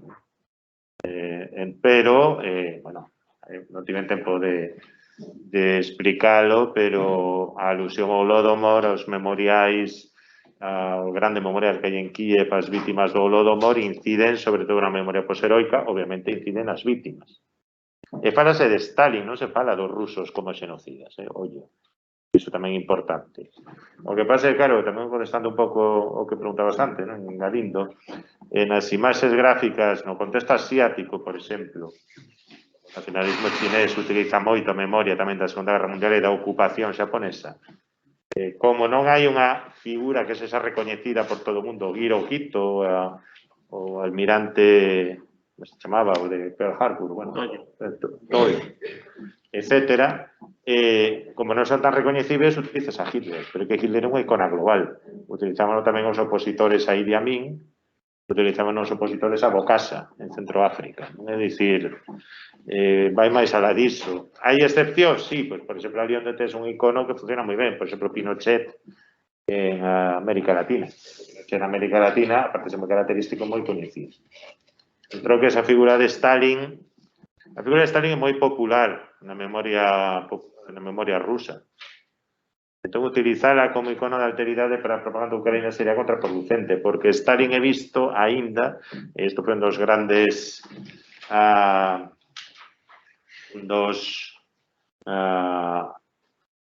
non podo dicir logros, pero sí un dos grandes efectos da política de memoria rusa sobre a grande guerra patriótica despois de 1991 foi deslindar Stalin do que sería o esforzo bélico da Segunda Guerra Mundial. Isto vese tamén no cinema ruso. É dicir, unha cousa era Stalin, que a quen se lle lembra, sobre todo, como modernizador de ferro, o que convertera a Rusia nunha grande potencia e o que gañara a guerra, punto. E outra cousa é a grande guerra patriótica presentada como xesta colectiva do pobo ruso, sobre todo. Da que desaparecen todo o resto de matices. Desaparece Katyn, desaparece que o pacto xermano-soviético, a invasión de Polonia ou as vítimas que o propio réxime stalinista creaba na súa propia retagarda. Faise simplemente unha visión moi simplificada, moi patriótica, na que Stalin é un decorado, moitas veces nin iso. Por exemplo, tives películas rusas do último decenio sobre a Segunda Guerra Mundial, é unha narrativa moi semellante, bueno, estéticamente moito piores que as soviéticas, o cinema soviético tiña moita calidade, onde está claro que son os bons e quen son os malos, pero agora os bons, que son os soldados soviéticos, son soldados que se persignan, que son ortodoxos, os comisarios políticos case non aparecen, Stalin se menciona, están todos defendendo a patria. A resolver, pues tengo otras tres, las trataré de decir rápido. ¿Cuál es la app esta de los nodos? Que me parece un poco interesante, aunque era compleja. Claro, no hay una app.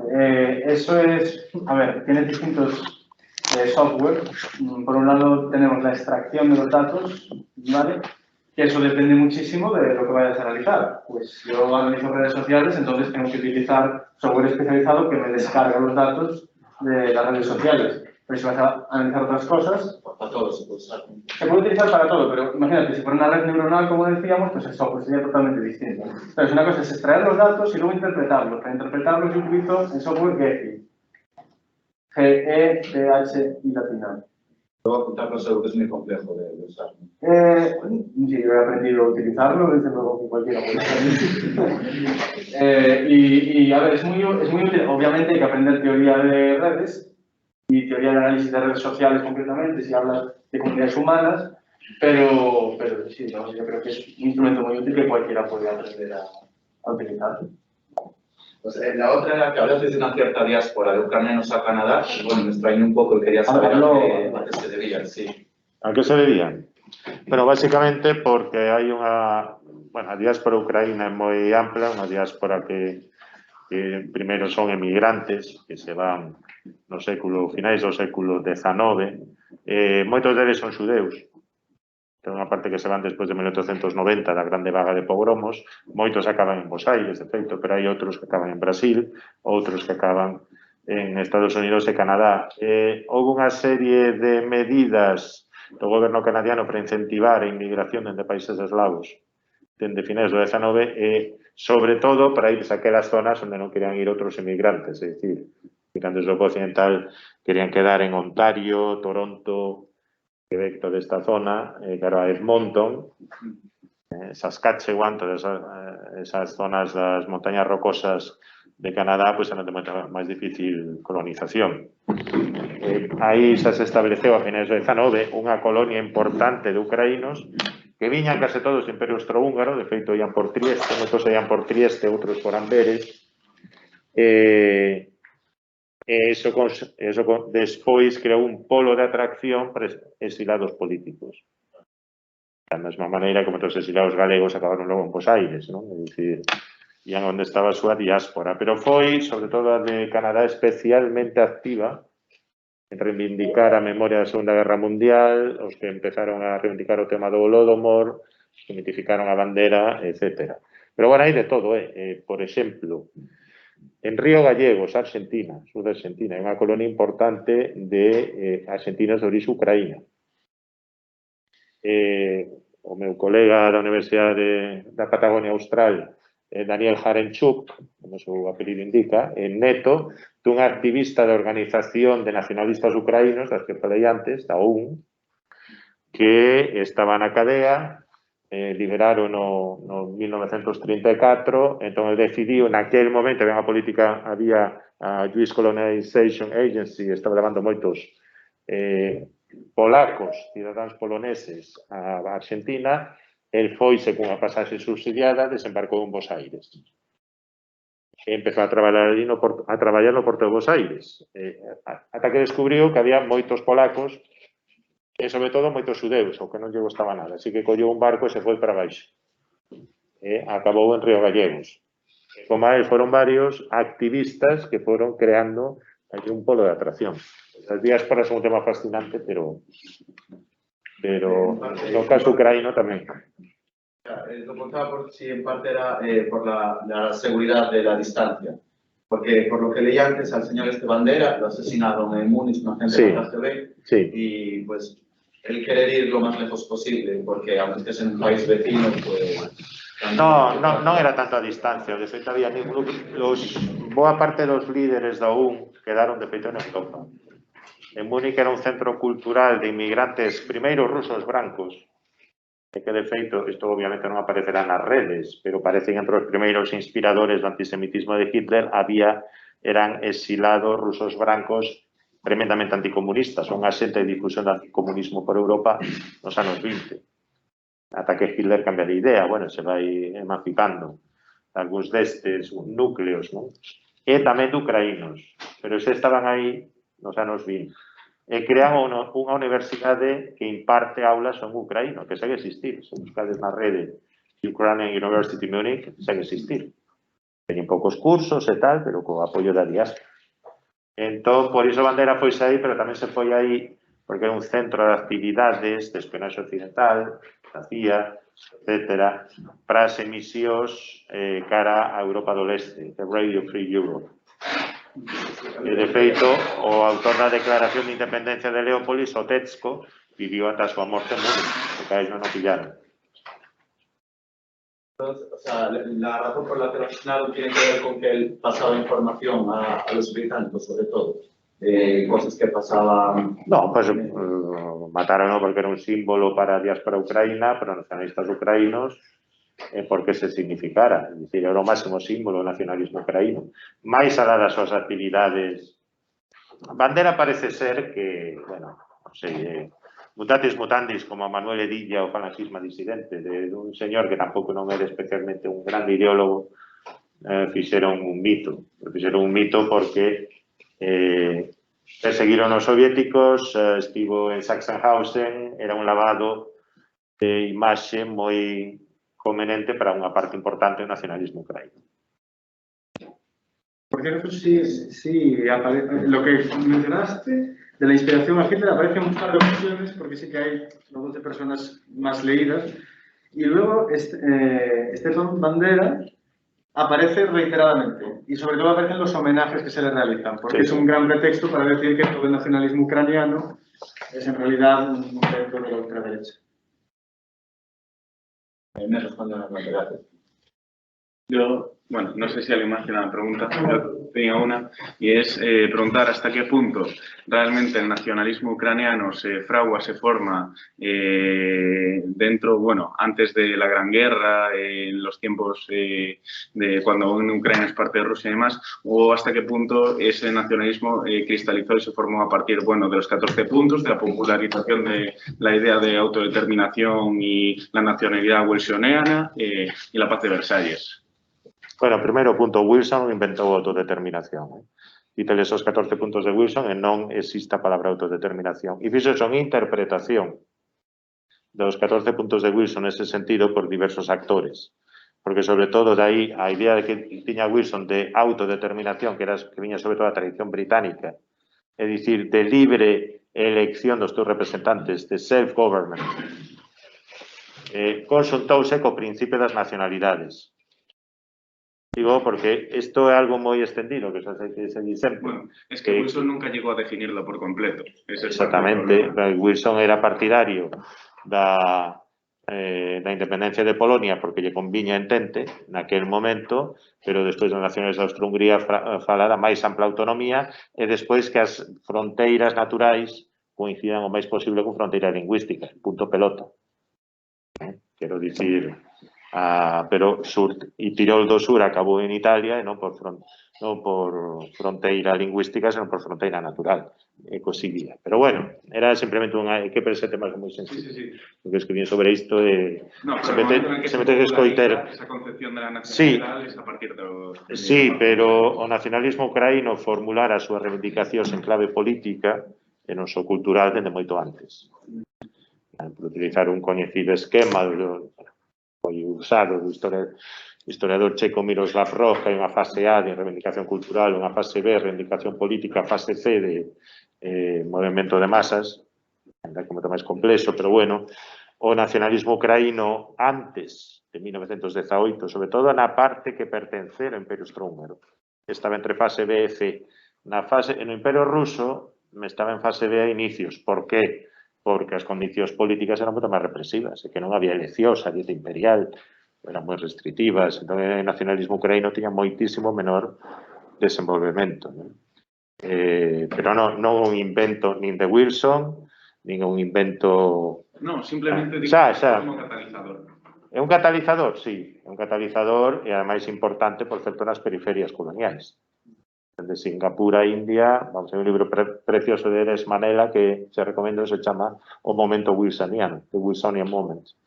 Pero tamén aquí, é dicir, aquí as Irmandades da Fala, únase no 16, no 18, Manifesto de Lugo, di que Galicia é unha nación, en parte porque no ambiente esta idea de autodeterminación nacional e hai que adaptarse a un novo vocabulario político que é recoñecido internacionalmente, pero o mesmo pasa en Gales, o mesmo pasa en Frisia, en parte pasa tamén en Bretaña, pasa, por exemplo, entre os falantes da Romanche, os movimentos culturais da reivindicación do Romanche en Suiza, ou pasa en Sardeña.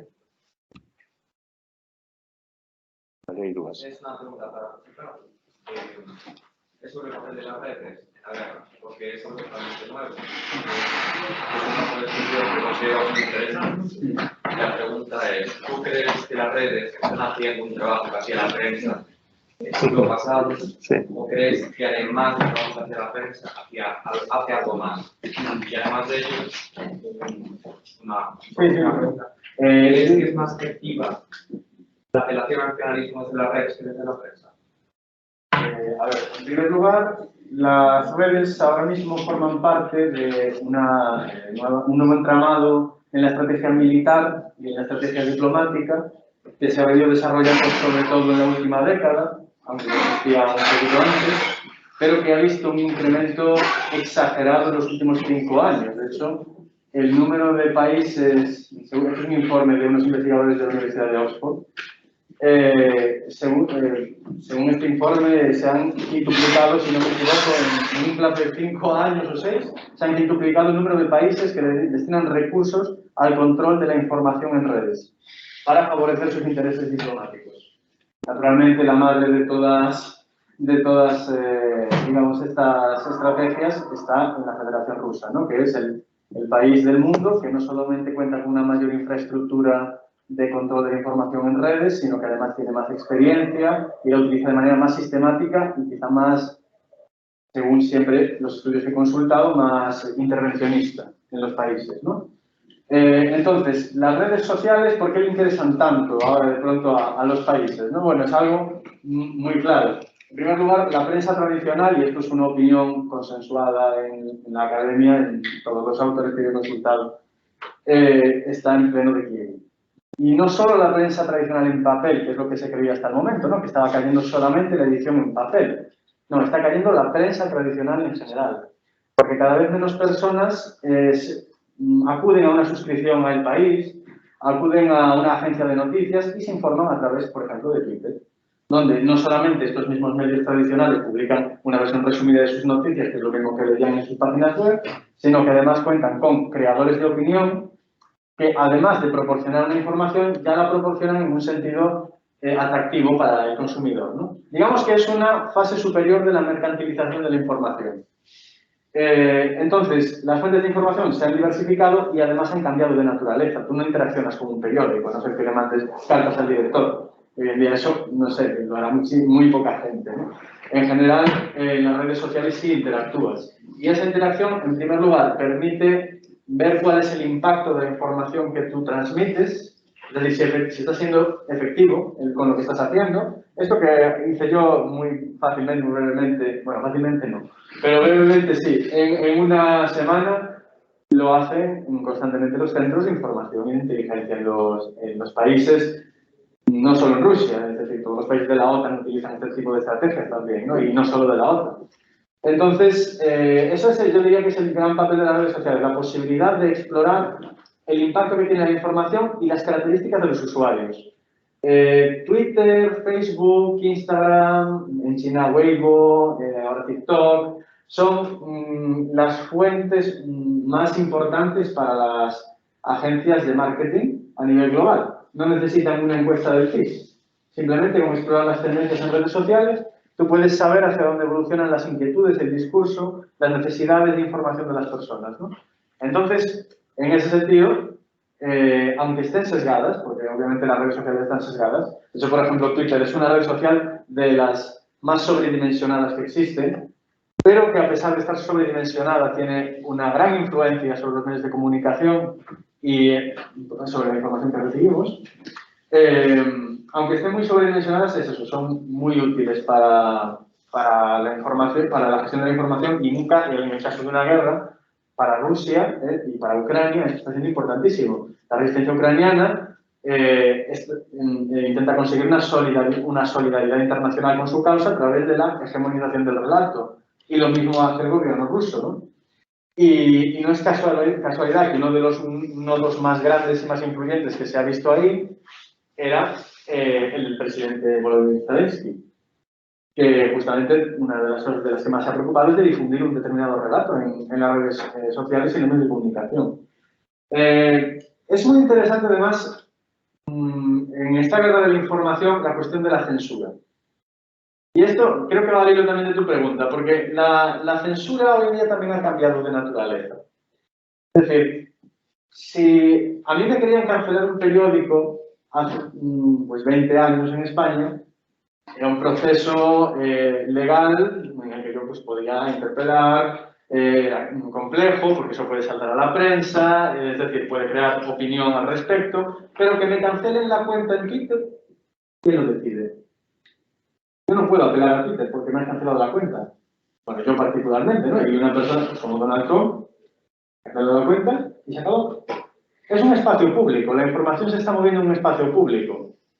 Pero una persona privada está decidiendo sobre la gestión de esa información.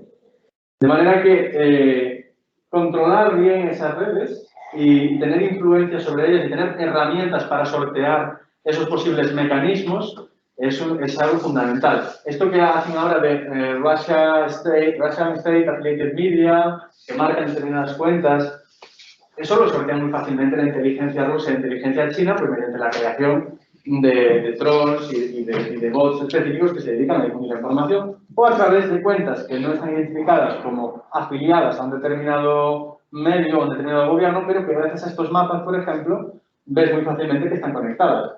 Hay muchos periodistas estadounidenses que yo he visto en este estudio que si tú buscas en Google si están afiliados a Russia Today, a Sputnik o a alguna agencia de noticias rusa o si tienen algún contacto con el gobierno ruso, hay como muchas especulaciones, pero no hay nada que te lo confirme. Aquí empiezas a ver conexiones y paralelismos. Si te puedes hacer una idea más clara. No sé si con esto respondo. Sí. Unha cousa máis, que simplemente para rociar isto. Non é só a cuestión de David decir que vaya a un lado, que volva, que a información que tal, sino que a información que tes é a tua realidade. Pero non é só iso, é algo máis, é inmediato. É dicir, tiras un periódico, escoitabas unha televisión, o tal, tiras un tempo, había un proceso judicial, para un proceso de censura, tiras un tempo. Quiero decir, ahora non, ahora é absolutamente inmediato. Iso permite que se vaya, que se evolucione un xeito exponencial. Non é só a calidade da información, o que se manda, o que non, é quen ou de onde procede, senón o tempo, o medio. O medio determina, inmediato, determina toda esta velocidade. Y de hecho, las batallas que se ven en Twitter, claro, esa sensación de inmediatez, yo creo que da la impresión de que por ser o no ser falsa una fotografía de un determinado bombardeo, cambia la legitimidad de la invasión completa. O sea, sí, no, es un cambio de paradigma absoluto. As imaxes que estamos vendo do convoy este que leva parado aí, non sei canto tempo. Leva parado aí, non sei canto tempo, non sei, non creo que leve parado tanto tempo. Ou sí, De onde procede? Bueno, onte tamén saían de onde procedían máis ou menos, que procedían unha agencia, ou se por mañá publicaban. Quero dicir, hai cousas que non encaixan, non? Sobre todo que temos que ter moi en conta non só a calidade da información, senón como se faz. É inmediato. E iso non nos permite reflexionar sobre iso para nada, non? Simplemente o divulgimos, non? De maneira moi rápida. Se a partir incluso da calidad da información que falábamos antes, non? Que comentabas tú. O malo é o nazi. Pero non hai un malo de dos bandos. É un malo universalmente aceptado. En que o caso Pereiro é o máis complexo. De todas maneiras, recuncando neste tema, hai algo que chama bastante atención esta guerra, é escasezo de imaxes. Os rusos, se non estou errado, non levan correspondentes de guerra, non autorizan correspondentes de guerra na fronte. Por tanto, a diferencia da guerra de Vietnam, da guerra de Irak, doutras, apenas temos imaxes. O que temos son imaxes de usuarios privados, unha calidade sempre discutible, sobre todo da banda Ucraína. Que moitas veces non deixan ver moi ben os efectos da guerra, non tes imaxes de combate, non tes apenas imaxes de operacións. En parte porque o propio carácter da guerra tamén é moi peculiar, é unha guerra, aínda que en aparencia unha guerra do século XX, que cargamentos de tropas, unha invasión, etc., as cifras de baixas a toda agora son bastante sorprendentes. Mesmo considerando que todo o mundo exagera, que todo o mundo sempre di que ten menos baixas das que ten, pero tamén, isto non ten nada a ver cun tanques entrando en unha cidade nos anos 40, a destrucción era moito máis masiva, é dicir, son operacións moito máis quirúrxicas, moito máis planeadas, bombardeos de precisión, pero o que é sorprendente precisamente porque temos moitas menos imaxes, hai moito menos acceso aos medios. As zonas de guerra, pois temos moito máis de imaxes de procedencia moi dubidosa. Porque a columna dos tanques, eu sempre pensei que debía ser un proceso dun satélite espía. Pero non está claro, parece ser. Sí, Maldita creo que desmintiera 60 imágenes. Bueno, había antes outra por ali. Sí, eu tengo unha pregunta así. Creo que non me quedou moi claro. Explícame o testamento da memoria, ou máis ben a política da memoria en cuestións como a UPA ou Sí. dentro do período que está a Ucrania na UPA. Ou seja, si ben mencionaches que nos últimos gobernos que despois da independencia e todo isto, hai ben a lei de descomunización. ou que non dan ben facer como personas de bandeira, pero cabe tamén o tratamento antes da independencia. Hai unha política de memoria ou... Antes da independencia hai unha política de memoria soviética. Obviamente, todo o que comentei sobre post-comunistas ou nacionalistas aplica aos anos 90, primeira década do século XXI. Antes do 91, que é o que hai, basicamente, unha política da memoria adaptada a Ucraína do que é a Gran Guerra Patriótica. Que cambia, hai un paradigma que o de Stalin, que basicamente era o camarada Stalin foi o grande heroe da guerra. É dicir, ti ves películas da época de Stalin, por exemplo, a primeira película Stalingrado que se fai en 1949, o 50% do tempo non son imaxes de Stalingrado, son imaxes de Stalin no Kremlin, falando, decidindo, etc. Ademais, Stalin tiña un actor que o interpretaba sempre, que era tamén un xeorxiano, que tiña o seu sotaque, entón, moita da xente que se lembra de Stalin realmente se lembra da imaxe de Stalin, lembrase deste actor facendo de Stalin.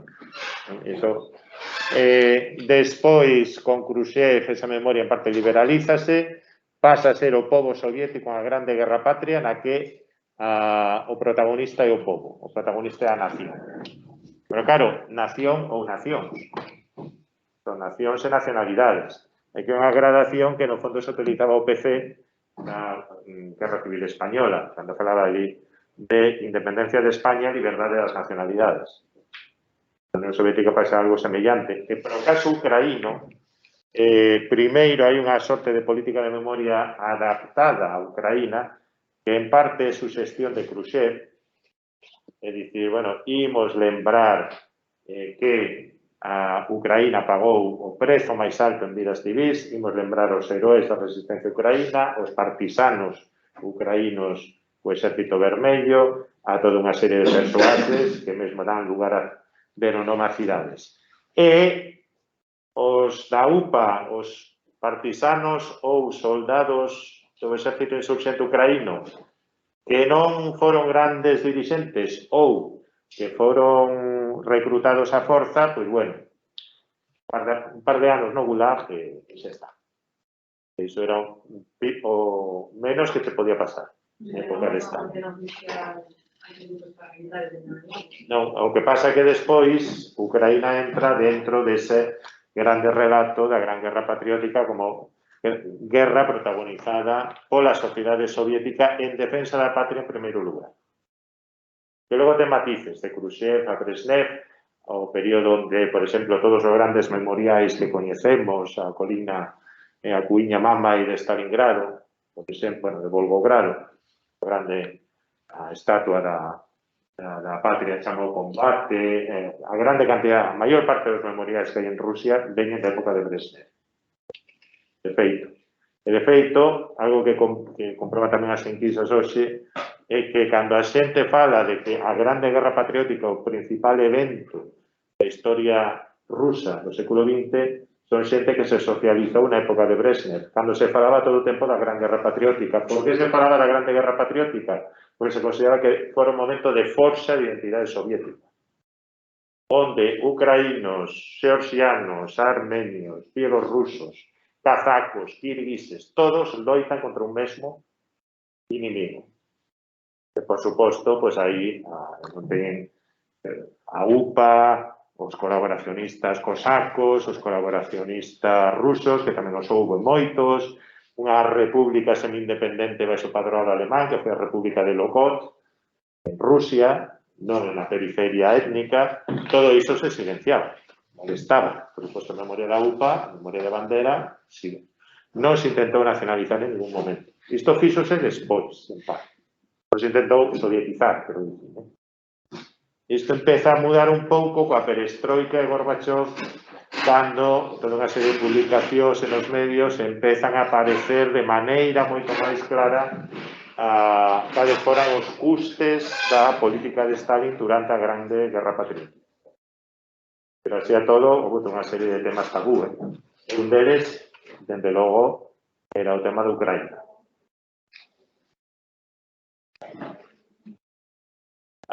¿Qué querías preguntar, no? No, yo creo que comentabas antes, é curioso que bueno, que haya tan poucas imaxes, ¿no? Recordo un caso, cando foi atentado das Torres Gemelas, díxose que podría ser o atentado ao Pentágono, pero como non había fotos do atentado ao Pentágono, pois non sei que titular así, ¿no? Entón, é bastante interesante. Entonces, digamos que o que hai é un pé de foto sin foto, ¿no? Sí. Hai, digamos, unha batalla tamén con caracteres, ¿no? Con os 150 ou con os 150 agora.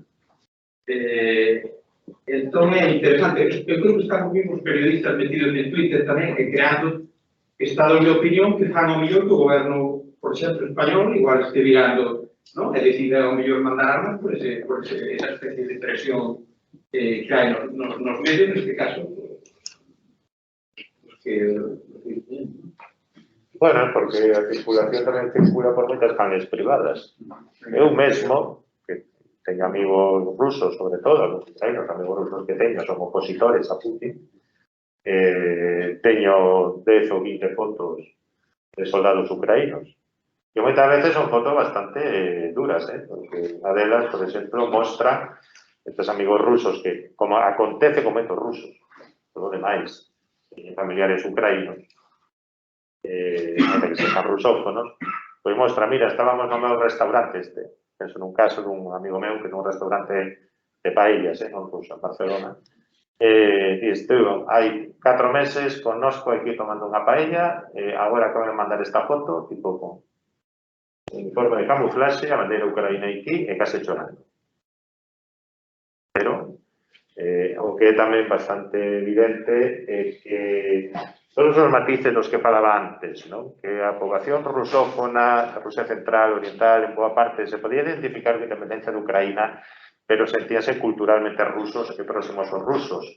Non estaban de acordo coa banderización grazas á memoria de Ucraína. Obviamente, nunha situación de conflito, toma partido. Cando te invaden, toma partido.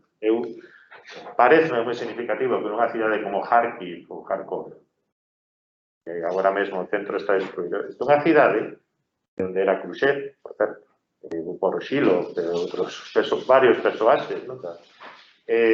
Esta cidade sempre se caracterizou dentro de Ucraína por cultivar de maneira moi forte e moi orgullosa a memoria da Grande Guerra Patriótica. Porque durante a Segunda Guerra Mundial cambiara varias veces de maos, fora escenario de combates moi cruentos, hai alrededor de 100 cenotafios, placas, monumentos na cidade que lembran exclusivamente a Segunda Guerra Mundial. E sempre, por suposto, moi orgullosos da resistencia de Kharkiv fronte aos alemáns ao lado da Unión Soviética. Aí non hai espazo nin para UPA, nin etcétera.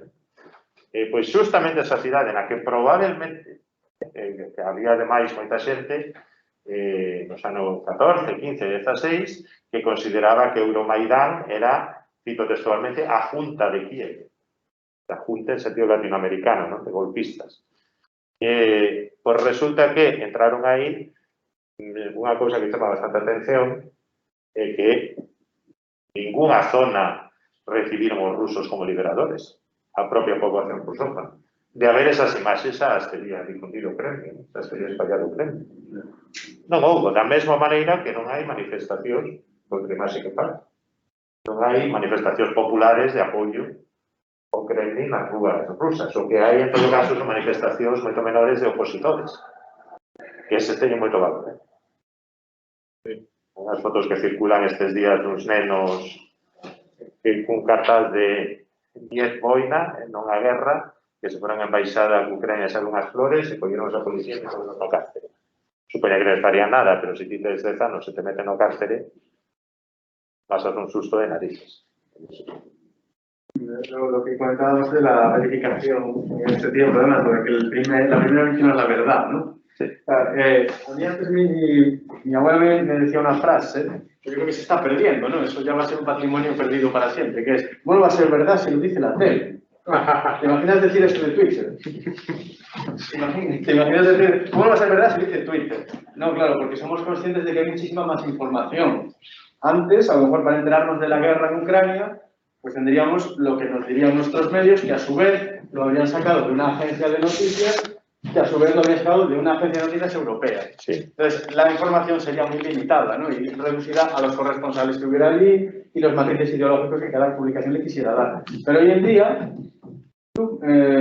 claro, dices, no hay recepciones, digamos, como salvadores a los rusos. No, pero a lo mejor encontramos un vídeo de una persona que supuestamente ha sido entrevistada en un medio de comunicación en el cual dice que ella ha estado en su pueblo y que sí, que en su pueblo fueron recibidos como héroes.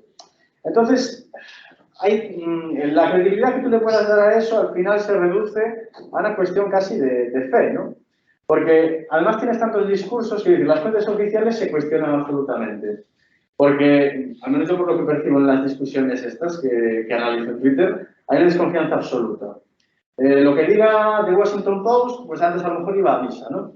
Ahora es un medio controlado por el gobierno estadounidense que tiene intereses prooccidentales. Entonces, esta entrevista que sale en Al Jazeera, o sale en Sputnik, o sale en China Daily, de una persona que pues por casualidad es una refugiada ucraniana que la han entrevistado y ha dicho que no, que ya ha huido de los grupos neonazis que la perseguían y que ya recibe a los rusos como héroes, se convierte en un argumento de peso en redes sociales.